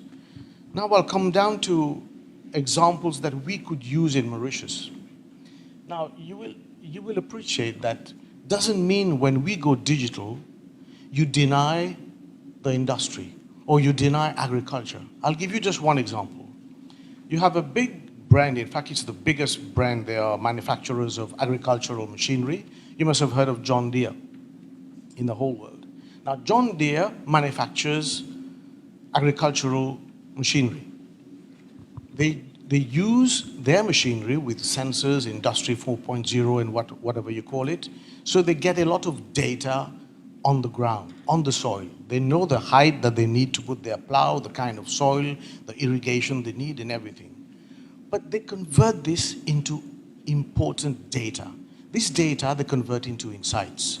And you can take decisions based on those insights. They even know that in Russia, although now is not the right time to talk about Russia, but they know that in Russia, the permafrost is losing 50 kilometers every year. They even know what plant, what cultivation, what crop you can plant in those areas. I'm just trying to illustrate that how you can use those three pillars at the same time. And the same thing can be done in Mauritius. Now, you know what John Deere does? Not only they sell tractors, but with all the information, they have thousands and thousands of operations in the whole world, in all the continents, in all the climate zones. And they have this data, they convert it into insights. And you know what they do with it? They sell it to all those who are interested in commodity futures, whether it's sugar, whether it's coffee, whether it's the big guys like Nestle, and it is added revenue for them. Why I mentioned John Deere? Because in Mauritius, we cannot compete, and we have to admit it, and I'm sure my friends will agree with me. You cannot compete with China. We cannot compete with Vietnam. We cannot compete with other important stations. Although we are trying to do it, my friend Girish, before leaving, he said that we need to get into more complex products. We need to add talent, technology, capital, put it together so that we can compete. But we have intelligent people in this country. And the interesting thing is, in this country, we understand English, French. We are a democratic country. There is sun, sea, and sand. And we are also multilingual, multi-civilizational, multi-religious. We understand, the Muslim understands the Hindu, understands the Christian, understands the Buddhist, and it goes on like this. What I mean to say is that we have this multicultural hybrid intelligence that very few countries can claim to possess. When you add all this together, we could get our young guys from the very tender age of 16 to 24, get into AI. AI is the next big thing. We don't have an AI hub in Mauritius. Now, you'll tell me, come on, we are not like the USA, we are not like China, we don't have the means. How do you expect us to get into AI? But it's very simple. Bring in a few guys, young guys. These are the next big tech titans, and you've seen how many startups, how many unicorns have come up in other countries. And in India is my goodness, a drove of them. So this can happen in Mauritius, whereby the government or the private sector, even the big boys, can bring in people from California, from Israel, from China, because the ones who will get into AI will rule the world in the next decades. There's no doubt about it. Whether you call it war technology, whether you call it products, whether you call it services, whether you call it multi-digital platforms, everything is becoming a platform. A platform can produce, can consume, can sell. And when you are onto a platform, you are connected to everyone at the same time. It's ubiquitous and it's on real time. These data can be converted onto platforms. And this is where I think our intelligence, in terms of the government, in terms of private sector, in terms of bodies like UNICA and all the rest, we need to have, when I'm talking of intelligence here, I'm talking of reading the signaux faibles, as we say in French, Bruno, isn't it? Les signaux faibles, quoi, okay? We need to be able to read those signaux faibles and interpret them, because this is what's coming. We can't lag behind. The days of manufacturing, I'm not saying are over. All I am saying is that we need to add a digital layer to the products that we are producing so that we can become platform enabled. We can upload data which can be used to sell even more sophisticated services. And in Mauritius, we have no iron, we have no silicon, we don't have all those resources. We can use our human resource, for which I have huge respect. You have listened to the thought leaders on the panel, see the level of their discussion. And in Mauritius, if given the opportunity, the government, private sector, parastatals, we can all get together in a coalition so that we bring about a thought leadership that will spur more openness and more innovativeness. And I like to use this word innovativeness. Everybody talks of innovation. Nobody talks of innovativeness. Innovativeness is about looking for opportunities, solving problems in a different way, and thinking about the future whilst doing these two things. And innovativeness, you can show it the whole day. Whether it's in health, I could give you thousands of examples, but of course we are pressed for time, and I know you need to, Chair, you need to respect the time of everyone. So I would just like to conclude by saying we need to look far into the future and make sure that we are future ready. In Mauritius, as I told you, we have important, I suppose, qualities. Leverage those qualities. Get young guys from, there are, in Ukraine, for example, you have those young guys in Estonia and all the rest. Get a few of these bunch of guys. They would like our son, C and Sen, come over and spend time, create and spur and do and create that hub so that we can bring out this technology, talent, capital, put it together and offer the whole world a product which is platform-based, and add it to our technology and our manufacturing sector and create a whole disruptive revolution whereby we get in phase with the AI revolution when it's coming in. In fact, it's here already. Dr. Ismail was talking about batteries. It's the same thing for chips. It's a new economy coming in, and we are still stuck in the traditional economy. So we need to see what's coming forward and bring everyone to the page so that we can be there when the sun will really rise. Thank you. Thank you. Thank you very much, Mr. Moulom. Now I see why you said you wanted to speak last, because you spoke to a subject that's really an enabler of industrialization, manufacturing, whether agricultural productivity. There's no way we're going to say we won't do agriculture again. But you started from the fundamental.